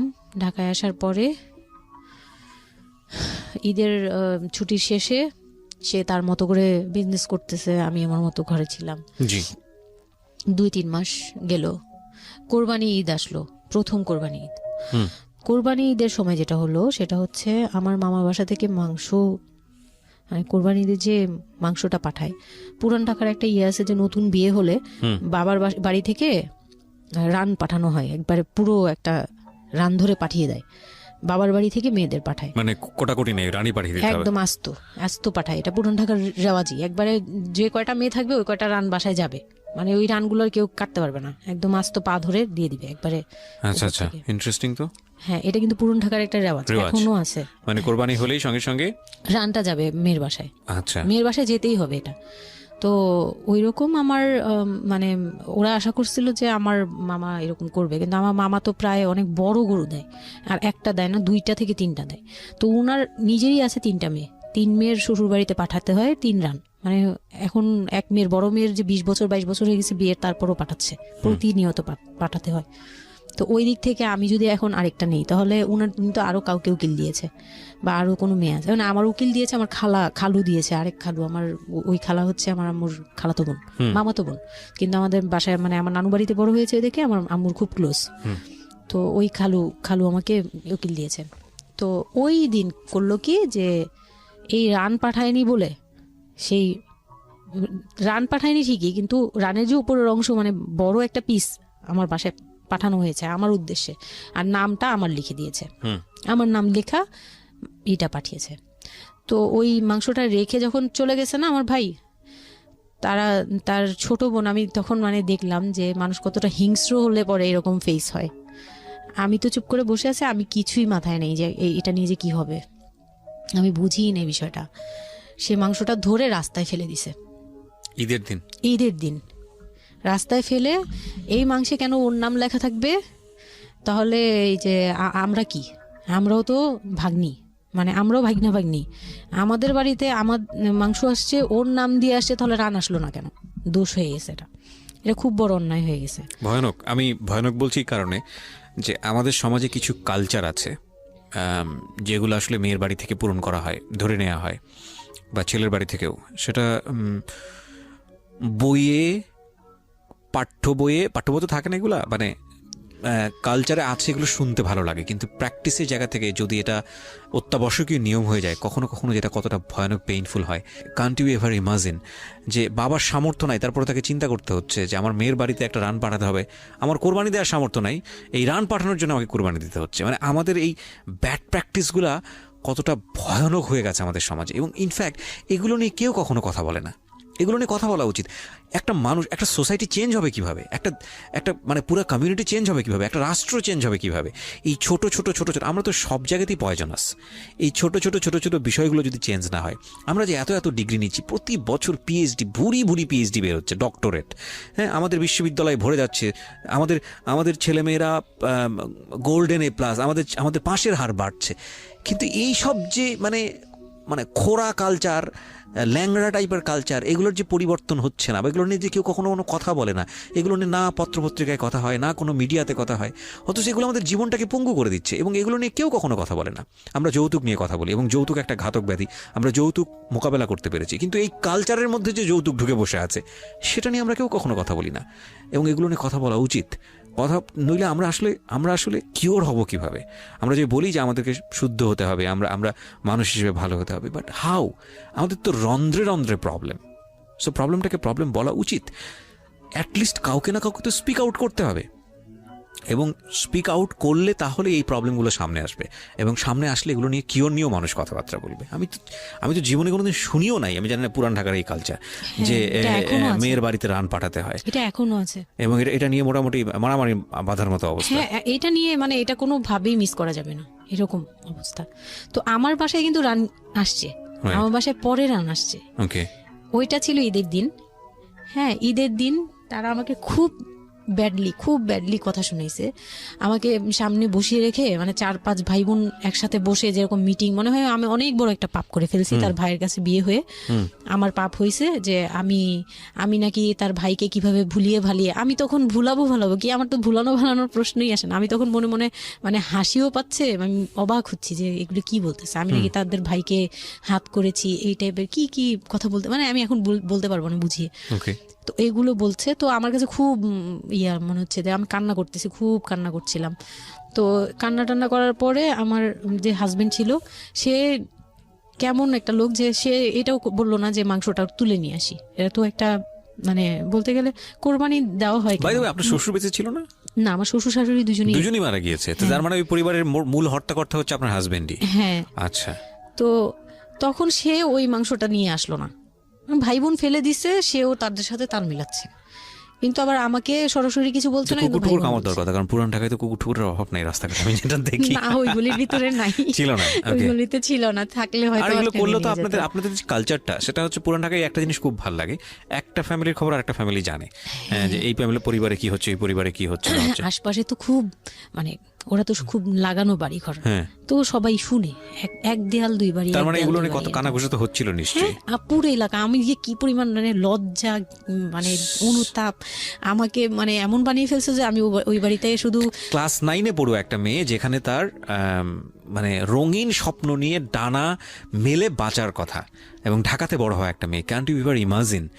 সেই মেয়েটার ঈদের সময় আমরা সাধারণত দেখি যে সকালে একটা ড্রেস পরবে, দুপুরে একটা পরবে, রাতে একটা পরবে, বান্ধবীদের সঙ্গে ঘুরে বেড়াবে, এবং মানে পাংখা যেটাকে বলে ওইরকম একটা এইজ। সেই সময়টাতে তার মাংস নিয়ে টানাটানি শুরু হয়েছে, এবং তার বাড়িতে মাংস আসলো কিনা সেটা নিয়ে টানাটানি শুরু হয়েছে, এবং সে মহল্লায় বেরোতে পারছে না নিজের মুখ, এবং এভরি নাইট তার উপর ফিজিক্যাল টর্চার। এবং ক্যান ইউ এভার ইমাজিন যে আমাদের সমাজের মেয়েরা, নারীরা কতটা সহ্য করে? কেউ কেউ সুবিধাভোগী অফকোর্স, কিন্তু ম্যাক্সিমাম ফেসটাই হয়তো বা এরকম।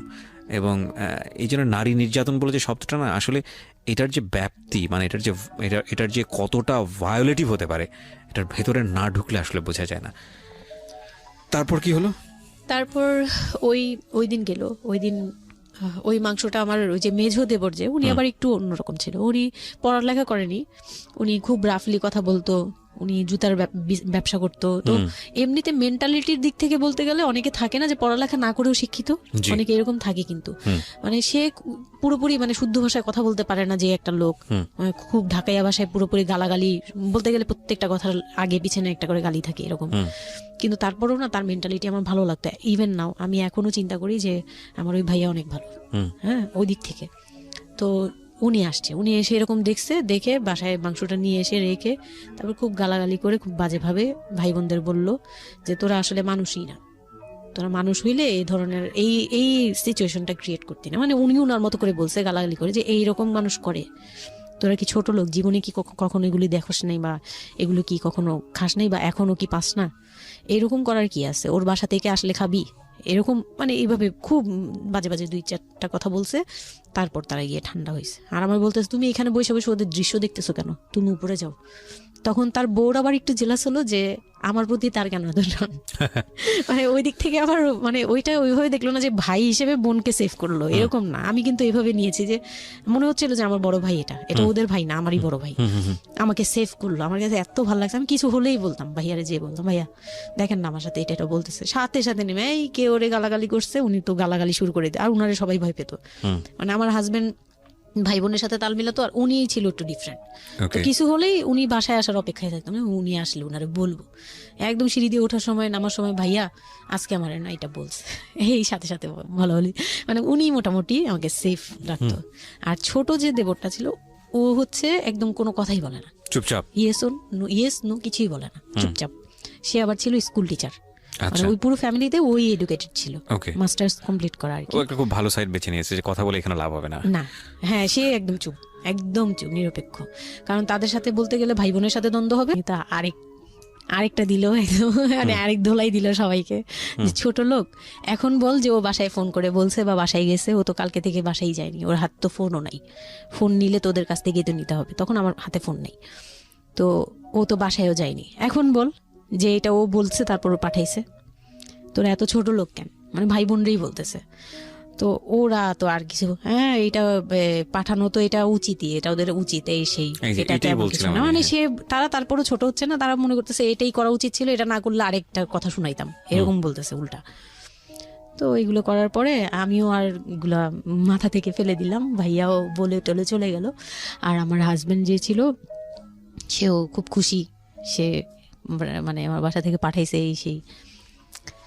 তো বিয়ের 4 মাস পরে মেইন পার্ট যেটা, যে আমি কনসেপ্ট করি, তখন আমি বুঝতে পারি না কনসেপ্ট করার। 13-14 বছর বয়সে, হ্যাঁ, তখন আমি স্কুল যাতায়াত করতাম, রেগুলার না, আচ্ছা, মাঝে মাঝে রেগুলার, মানে মাঝে মাঝে বলতে আমি চাচ্ছিলাম কি পড়াটা রানিং থাকুক, এক্সামগুলো দিব আর বাসায় থাকবো।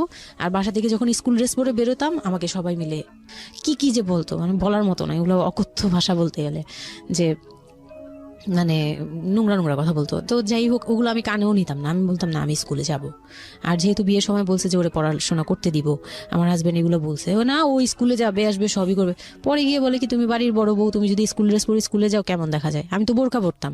তো বলে না স্কুলে গিয়ে তো তোমার বোরকাটা খুলতে হয়, অ্যাসেম্বলিতে দাঁড়াও, ওই যে পিটি করো তোমরা, এগুলো তো আশপাশ থেকে দেখা যায়, এলাকার ভিতরে স্কুল। আমার আমার অসম্মান, এটা তার অসম্মান হয়ে উনি যায়। পড়াশোনা করেছেন আপনার হাজবেন্ড? না, উনি ক্লাস 5 পর্যন্ত পড়ে আর পড়াশোনা করেন। রাইট, ওনার জন্য অসম্মানই হবে এটা। আমি ক্লাস 5 পড়ুয়া যারা আছেন বাংলাদেশ, তাদের সবার প্রতি রেসপেক্ট রেখে বলছি, ক্লাস 5 না, এনার ডিগ্রি পাস করা এরকম অনার্স মাস্টার্স পড়ুয়া এরকম অনেক ছেলে মেয়ে আছেন যারা এই ধরনের মানে আজগুবি ল্যাংরা টাইপ যুক্তি দিয়ে জীবনটাকে চালান। তাদের জন্য এটা আসলে অযুক্তি কি হবে, কিছু করার নাই। হ্যাঁ, তো আমি তখন চিন্তা করছি যে আমি স্কুলে যাব, তো মাঝে মাঝে করতাম কি একটু করেই মানে ম্যানেজ করে যাওয়ার চেষ্টা করতাম, বিষয়টা যদি এরকম হতে ধরেন, আমি জানি না, প্রথমত যেটা ঠিকই হয়নি, মানে কোনো কিছুই ঠিক হয়নি, শুনছি আর মেজাজ খারাপ হচ্ছে আসলে, মানে কোনো কিছুই ঠিক হয়নি। তারপরেও যদি খারাপের মধ্যে ভালোটা চিন্তা করি যে ঠিক আছে, এত কিছু একটা মানুষের এত খারাপ, একটা দিক তো ভালো থাকতে পারে না। ওর ওয়াইফকে সে সাথে করে নিয়ে, ঠিক আছে তোমার স্কুলে চলো আমি তোমাকে পৌঁছে দিয়ে আসি, স্কুলে পৌঁছে দিয়ে আসলো, স্কুল থেকে নিয়ে আসলো।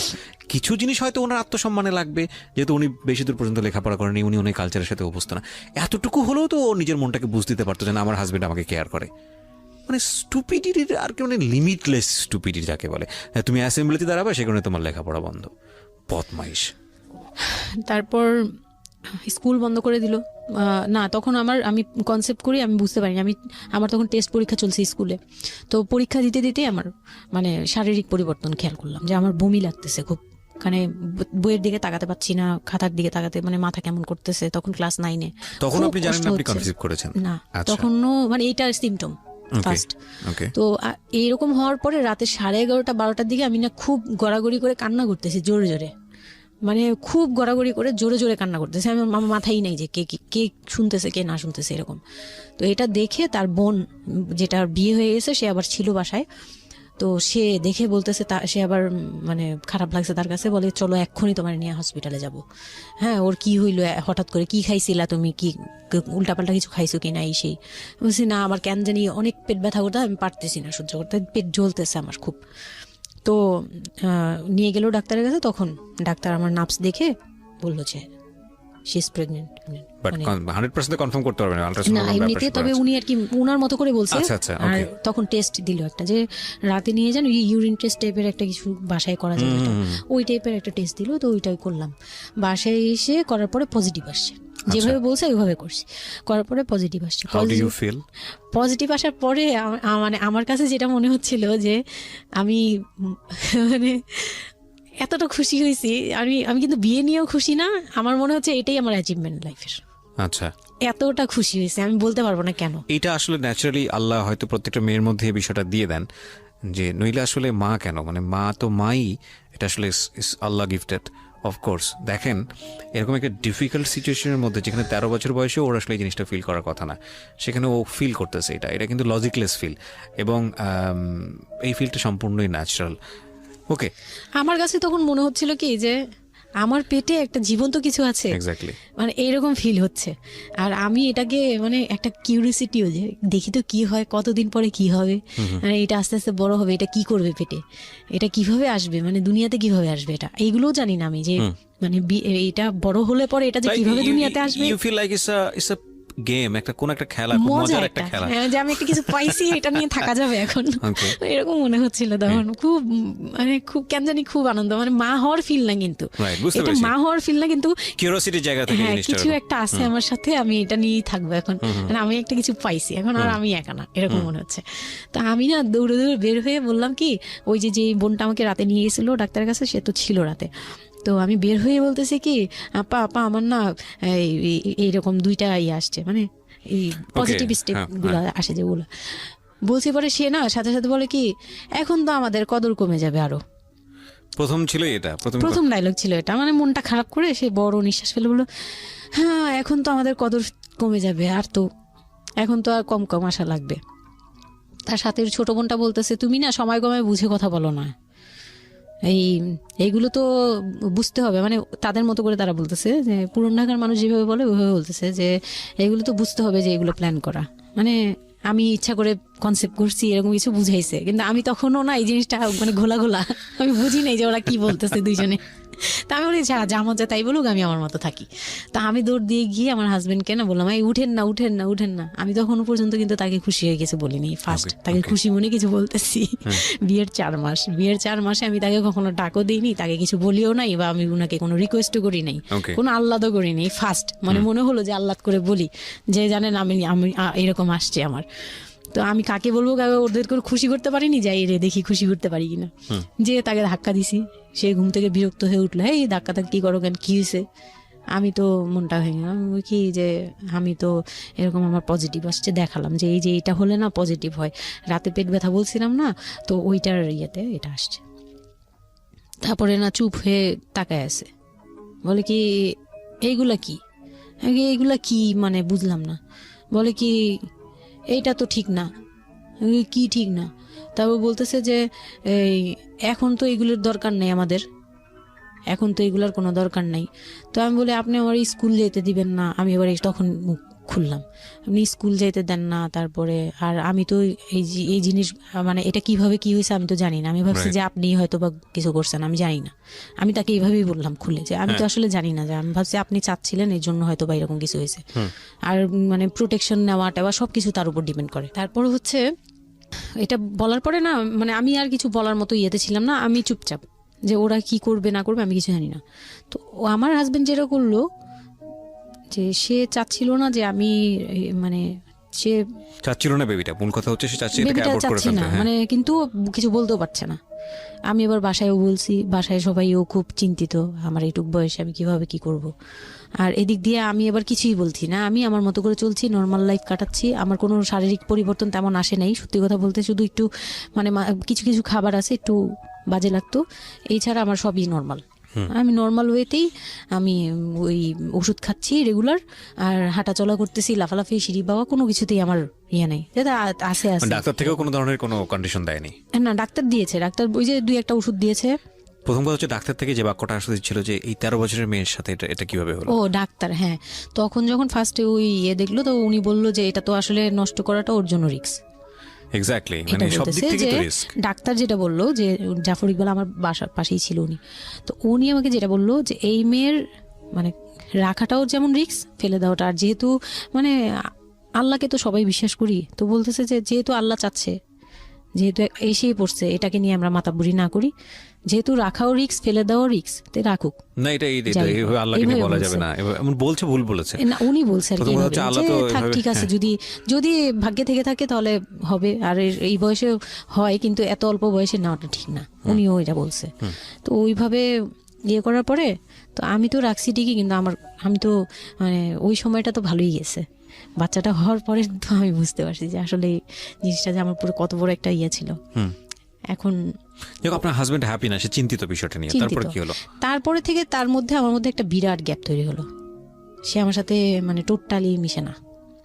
ওকে। ওই সময় থেকে যখন শুনলো রাতে 3টা-4টা বাজেও আসে বাসায়, তার মধ্যে একদম পুরো চেঞ্জিং চলে আসলো হঠাৎ করেই। ওকে। কি কারণে জানি না, মানে আমি নিজেও জানি না আমার কি ভুল ছিল বা কি, আমি নিজেও বুঝছিলাম না তখন। ওই সময় একদিন আসলো রাতে 3:30 না 3টার দিকে, হ্যাঁ 3টার পরে আর কি আসছে। আসার পরে আমি ওই দিন খুব খেপলাম যে প্রত্যেক রাতে আমি একটা অসুস্থ মানুষ, আমি রাত জেগে আপনার জন্য ভাত নিয়ে বসে থাকি, আপনি প্রত্যেক রাতে এরকম লেট করে আসেন, আমাকে গেট খুলে দিতে হয়, আমি ঘুম থেকে উঠেও গেট খুললে আমার খুব কষ্ট হয়, সিঁড়িটা বেয়ে নেমে আমার গেটটা খুলতে হয়, আমার ভয়ও লাগে, আমি কখনো বাসায় একা থাকিনি। ওই প্রথম মানে আমাকে সে চুলে ধরে সে টেনে ও সিঁড়ি দিয়ে নামাইছে, মানে নামায় সে আমাকে বের করে দিবে এখনই। হ্যাঁ, এত বড় ইয়ে হয়ে গেছে, সাহস হয়ে গেছে, এক্ষুনি বাসা থেকে বের হও। সে কিন্তু নেশাও করে নাই, কিচ্ছু না, সুস্থ একটা মানুষ, এরকম করতেছে।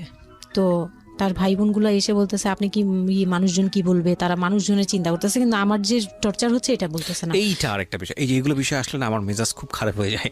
যাই হোক, আপনি যদি আনছেন, আমি খুব সেন্সিটিভ একটা বিষয় একটু কথা বলতে চাই। সেটা হচ্ছে এই যে আপনারা যত মানুষজন চিন্তা করেন নিজের ঘরের ভিতরে একটা মানুষ ঠিক নাই, এটা আমি আপনাদের কথা বলছি না, এটা বাংলাদেশের সামাজিক অবস্থার চিত্র। সেটা হচ্ছে আমরা নিজের ঘরের মধ্যে অনেক সময় দেখা যায় যে আপনারা যখন ঘরের মধ্যে একটা বিপদে পড়েন, আপনার চারপাশের লোকজনকে এসে আপনারা সেটা সলভ করে, তো ফার্স্ট আপনি ঘরের কথা আগে চিন্তা করেন, আপনার মেয়ে কীভাবে ভালো থাকবে সেটার কথা চিন্তা করেন, আপনার ছেলেটা কীভাবে ভালো থাকবে সেই কথাটা চিন্তা করেন। এতে যদি আপনার দুর্নাম হয়ও কিছুটা, সেটা আপনার ওভারলুক করা উচিত। বরং আপনি যাদের কথা চিন্তা করে এই ছেলে মেয়েদের প্রতি খারাপ আচরণ করতেছেন, আপনার ছেলে মেয়ে খারাপ থাকার কারণে একটা সময় গিয়ে সেটা আউটব্রাস্ট হবেই। যেই মান সম্মানের কথা আপনি চিন্তা করতেছেন সেই মান সম্মান আরও বেশি পরিমাণে ক্ষতিগ্রস্ত হবে। আমাদের সমস্যাটাই হচ্ছে এই জায়গাটায়, আমরা চারপাশের ঘরের লোকজন কি মনে করবে সেটা চিন্তা করি, অথচ চারপাশের ঘরের লোকজন কারা বসবাস করে, কোথা থেকে আসছে, কি অবস্থা সেই খোঁজ খবর আমরা রাখি না, কিন্তু আমাদের মান ইজ্জত তাদের হাতে। স্টুপিড মানে ফিলসফি নিয়ে আমরা আমাদের সোসাইটিতে চলি, this is very important thing, এবং এগুলোর পরিবর্তন হওয়া উচিত। তো তারপরে কি হলো? তারপর এই হলো ফার্স্ট এই গেল, এইটার পরে এরপর থেকে চলতেছে কন্টিনিউ, মানে এরকম আচরণই করছে সে আমার সাথে। একটু সময় 4 মাসের সময়টা খুব ক্রুশিয়াল একটা মোমেন্ট, খুবই ক্রুশিয়াল একটা হ্যাঁ, মোমেন্ট। সকালে উঠে আমার রুটি বানাতে হতো কন্টিনিউ। সে বাইরের নাস্তা খাবে না, তাকে রুটি বানিয়ে খাওয়াতে হবে। ওই অবস্থায় আমি মানে সকালে উঠে ঘুম থেকে উঠে রুটি বানাতাম, ওর ভাই বোনের জন্য, ওর জন্য, সবার জন্য বানাতাম। এটা না আমাদের সমাজের ছেলেরা না বুঝতেই চায় না, এবং এটা নিয়ে আমাদের কোনো শিক্ষা নাই। আসলে আমি মানে দেখলাম যে এতটা বড় কিভাবে আমি আমার নিজেকে জড়িয়ে ওই কথাটা বলছি, কারণ আমি তো নিজেও বাবা হয়েছি, আমি নিজে থেকেও বুঝি জিনিসটা। মানে এই যে পরিবর্তনটা সমাজ, মানে পরিবারে যখন নতুন একজন সদস্য আসে, সবচেয়ে বড় প্রেশারটা ফিল করে হচ্ছে মা, কারণ তার লাইফ রিস্ক হয়ে যায়। কিন্তু এখানে বাবার যে দায়িত্বটা, খুব মজার বিষয় হচ্ছে, আমি আমার নিজের এক্সপিরিয়েন্সের জায়গা থেকেই বলতেছি, যে বাবার দায়িত্বের জায়গাটা বোঝা শুরু হয় সন্তান দুনিয়াতে আসার পর থেকে, এবং তাও ইমিডিয়েটলি আসে না। সন্তান একটু করে বড় হচ্ছে, অ্যাটাচমেন্টটা হচ্ছে, যখন নড়াচড়া সামনে দিয়ে নড়াচড়া করতেছে, একটু একটু মিস হচ্ছে, দূরে থাকতেছে, তারপরে কি মানে সন্তান যখন মোটামুটি প্রাপ্তবয়স্ক, 1 বছর 2 বছর বয়স, ওই সময় বাবা ফিলটা আসে, তুলে দেয়, তখন গিয়ে প্রেজেন্টার নাই, তখন হচ্ছে বাবা ফিলটা পায়। তার আগ পর্যন্ত বাবা বুঝতেই পারে না, তো মনে আসলে কি বাচ্চাটা আমার কোত্থেকে আসলো, এই সত্য ফিলটা এরকম থাকে। এটা খুব ন্যাচারাল একটা ফিল, কিন্তু এই ন্যাচারাল ফিলটার সুযোগ নিয়ে অনেক সময় আমরা একটা অবুঝের মতো আচরণ করে ফেলি, ভয়ানক বাজে আচরণ করে ফেলি। একটা ইয়ে থাকে, মাত্রা থাকে, যেমন আপনি কতটুকু মানে কতটুকু কেয়ারফুল ছিলেন, কতটুকু ইয়ে ছিলেন, এটার কিন্তু একটা লেভেল আছে, পার্সেন্টেজ আছে, এবং এটা নিয়ে শেখানো উচিত আমাদের আমাদের আমাদের আমাদের মানে এডুকেশন সিস্টেমের মধ্যে তো নাই। এবং আমরা জানি না ম্যারেজ কাউন্সিলিং বলে অনেক একটা বিষয় আছে, এগুলো তো আমাদের প্র্যাকটিসে নাই, কোনোভাবেই নাই। এগুলো তো আমাদের কাছে মনে হয় যে বিলাসিতা এবং আমাদের রাইট। এবং বাবা যিনি, একটা হচ্ছে যে মা হওয়ার একটা প্রিপারেশন দরকার আছে, মেন্টাল প্রিপারেশন, একটা বাবা হওয়ার জন্য একটা মেন্টাল প্রিপারেশন দরকার আছে। আমাদের সমাজে এটা টোটালি মিসিং। আমরা এই নারী দিদিদের কাছ থেকে যে গাইডটা পেয়ে আসছি, এবং সেটা না বুঝে না শুনে প্র্যাকটিস করেছি। রাইট, আমি জানি না, আজকে আমি সত্যি এই কথাগুলো বলতেছি, হয়তো আমরা ওই রাতারাতি পরিবর্তনের জায়গায় যেতে পারবো না। অপারেশন করবে, তারাও ডাক্তার বলতেছে এই মেয়ের অপারেশন কি করবো, আর এই মেয়ে নর্মালি কি বেবি দিবে। আমি বলতেছে এটা তো গ্রামগঞ্জ না, আপনারা কি করছেন। আমি তখন আরো শুকনা ছিলাম, তো আর এমনিতেও বয়সও কম ছিল, আবার শুকনাও ছিলাম, দেখতে আরো পিচ্ছি লাগতো। বলতো যে অনেক দুর্বল, তো ও তো মানে ঠিক মতো টেক কেয়ারও করেন নাই বাসায়। হ্যাঁ, বলতেছে একদম আমার এই হাতের মানে এইগুলো ব্রেন গুলো বুঝে যেত, এইগুলো বুঝা যেত, একদম হাড় গোড় বুঝা যেত। যখন অপারেশন করে, অপারেশনের 12 ঘন্টা পর আমার সেন্স আসে, প্রায় 12 ঘন্টা। মানে আপনার বেবি হয়েছে আপনি জানি না? পরে আমি যখন ঘুম থেকে মানে সিজারিয়ান বেবি, পরের দিন শুধু রাতে একটু টের পাই যে আমি আমার পাশে কেউ মানে ব্রেস্ট ফিড করছে, এটা ফিল পাইছি। শুধু মুখের দিকে তাকাতে পারিনি, চোখ খুলতে পারিনি, কিন্তু কেউ একজন আমার পাশে শোয়া, মানে আমার হাতের উপরে একটা বাচ্চা শোয়া, এরকম ফিল পেয়েছি। আর এরপরে যে চোখ বন্ধ করেছি, একবারে সকালে প্রায় 11টা-12টার দিকে আমার ঘুম ভাঙছে। তখন তাকানোর পরে একটু পুরোপুরি ইয়েতে, তো আমাকে উঠিয়ে নিয়ে আমাকে ইয়েতে ক্যাবিনে দেওয়া হলো। ক্যাবিনে দেওয়ার পরে আমি বাচ্চাকে দেখি, বারবার চিন্তা করি যে এটা আমার মেয়ে, কোত্থেকে আসলো, কিভাবে আসলো, আমি নিজেকে দেখি।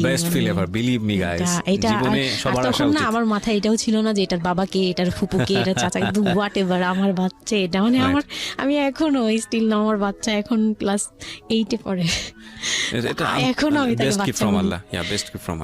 হ্যাঁ, তো ও আর আমি একসাথে হাঁটলে মনে হয় কি মানে ফ্রেন্ড আমরা, এরকম। পরে হচ্ছে ওই বাচ্চাটা হওয়ার পরে সে খেলে, আমার খুব ভালো লাগে, তাকে নিয়ে আমার সময় ভালো কাটে। আমার আর মানে ওর বাবার কথা মাথায় নেই যে এই লোক শুধু মানে এনে দিবে ঘরে, আমি রান্না করব, খাবো, ব্যাস ওই পর্যন্তই শেষ। আমার আর এর দরকার নেই, কাউরই দরকার নেই। আমার বাচ্চা নিয়ে আমি পুতুলের মতো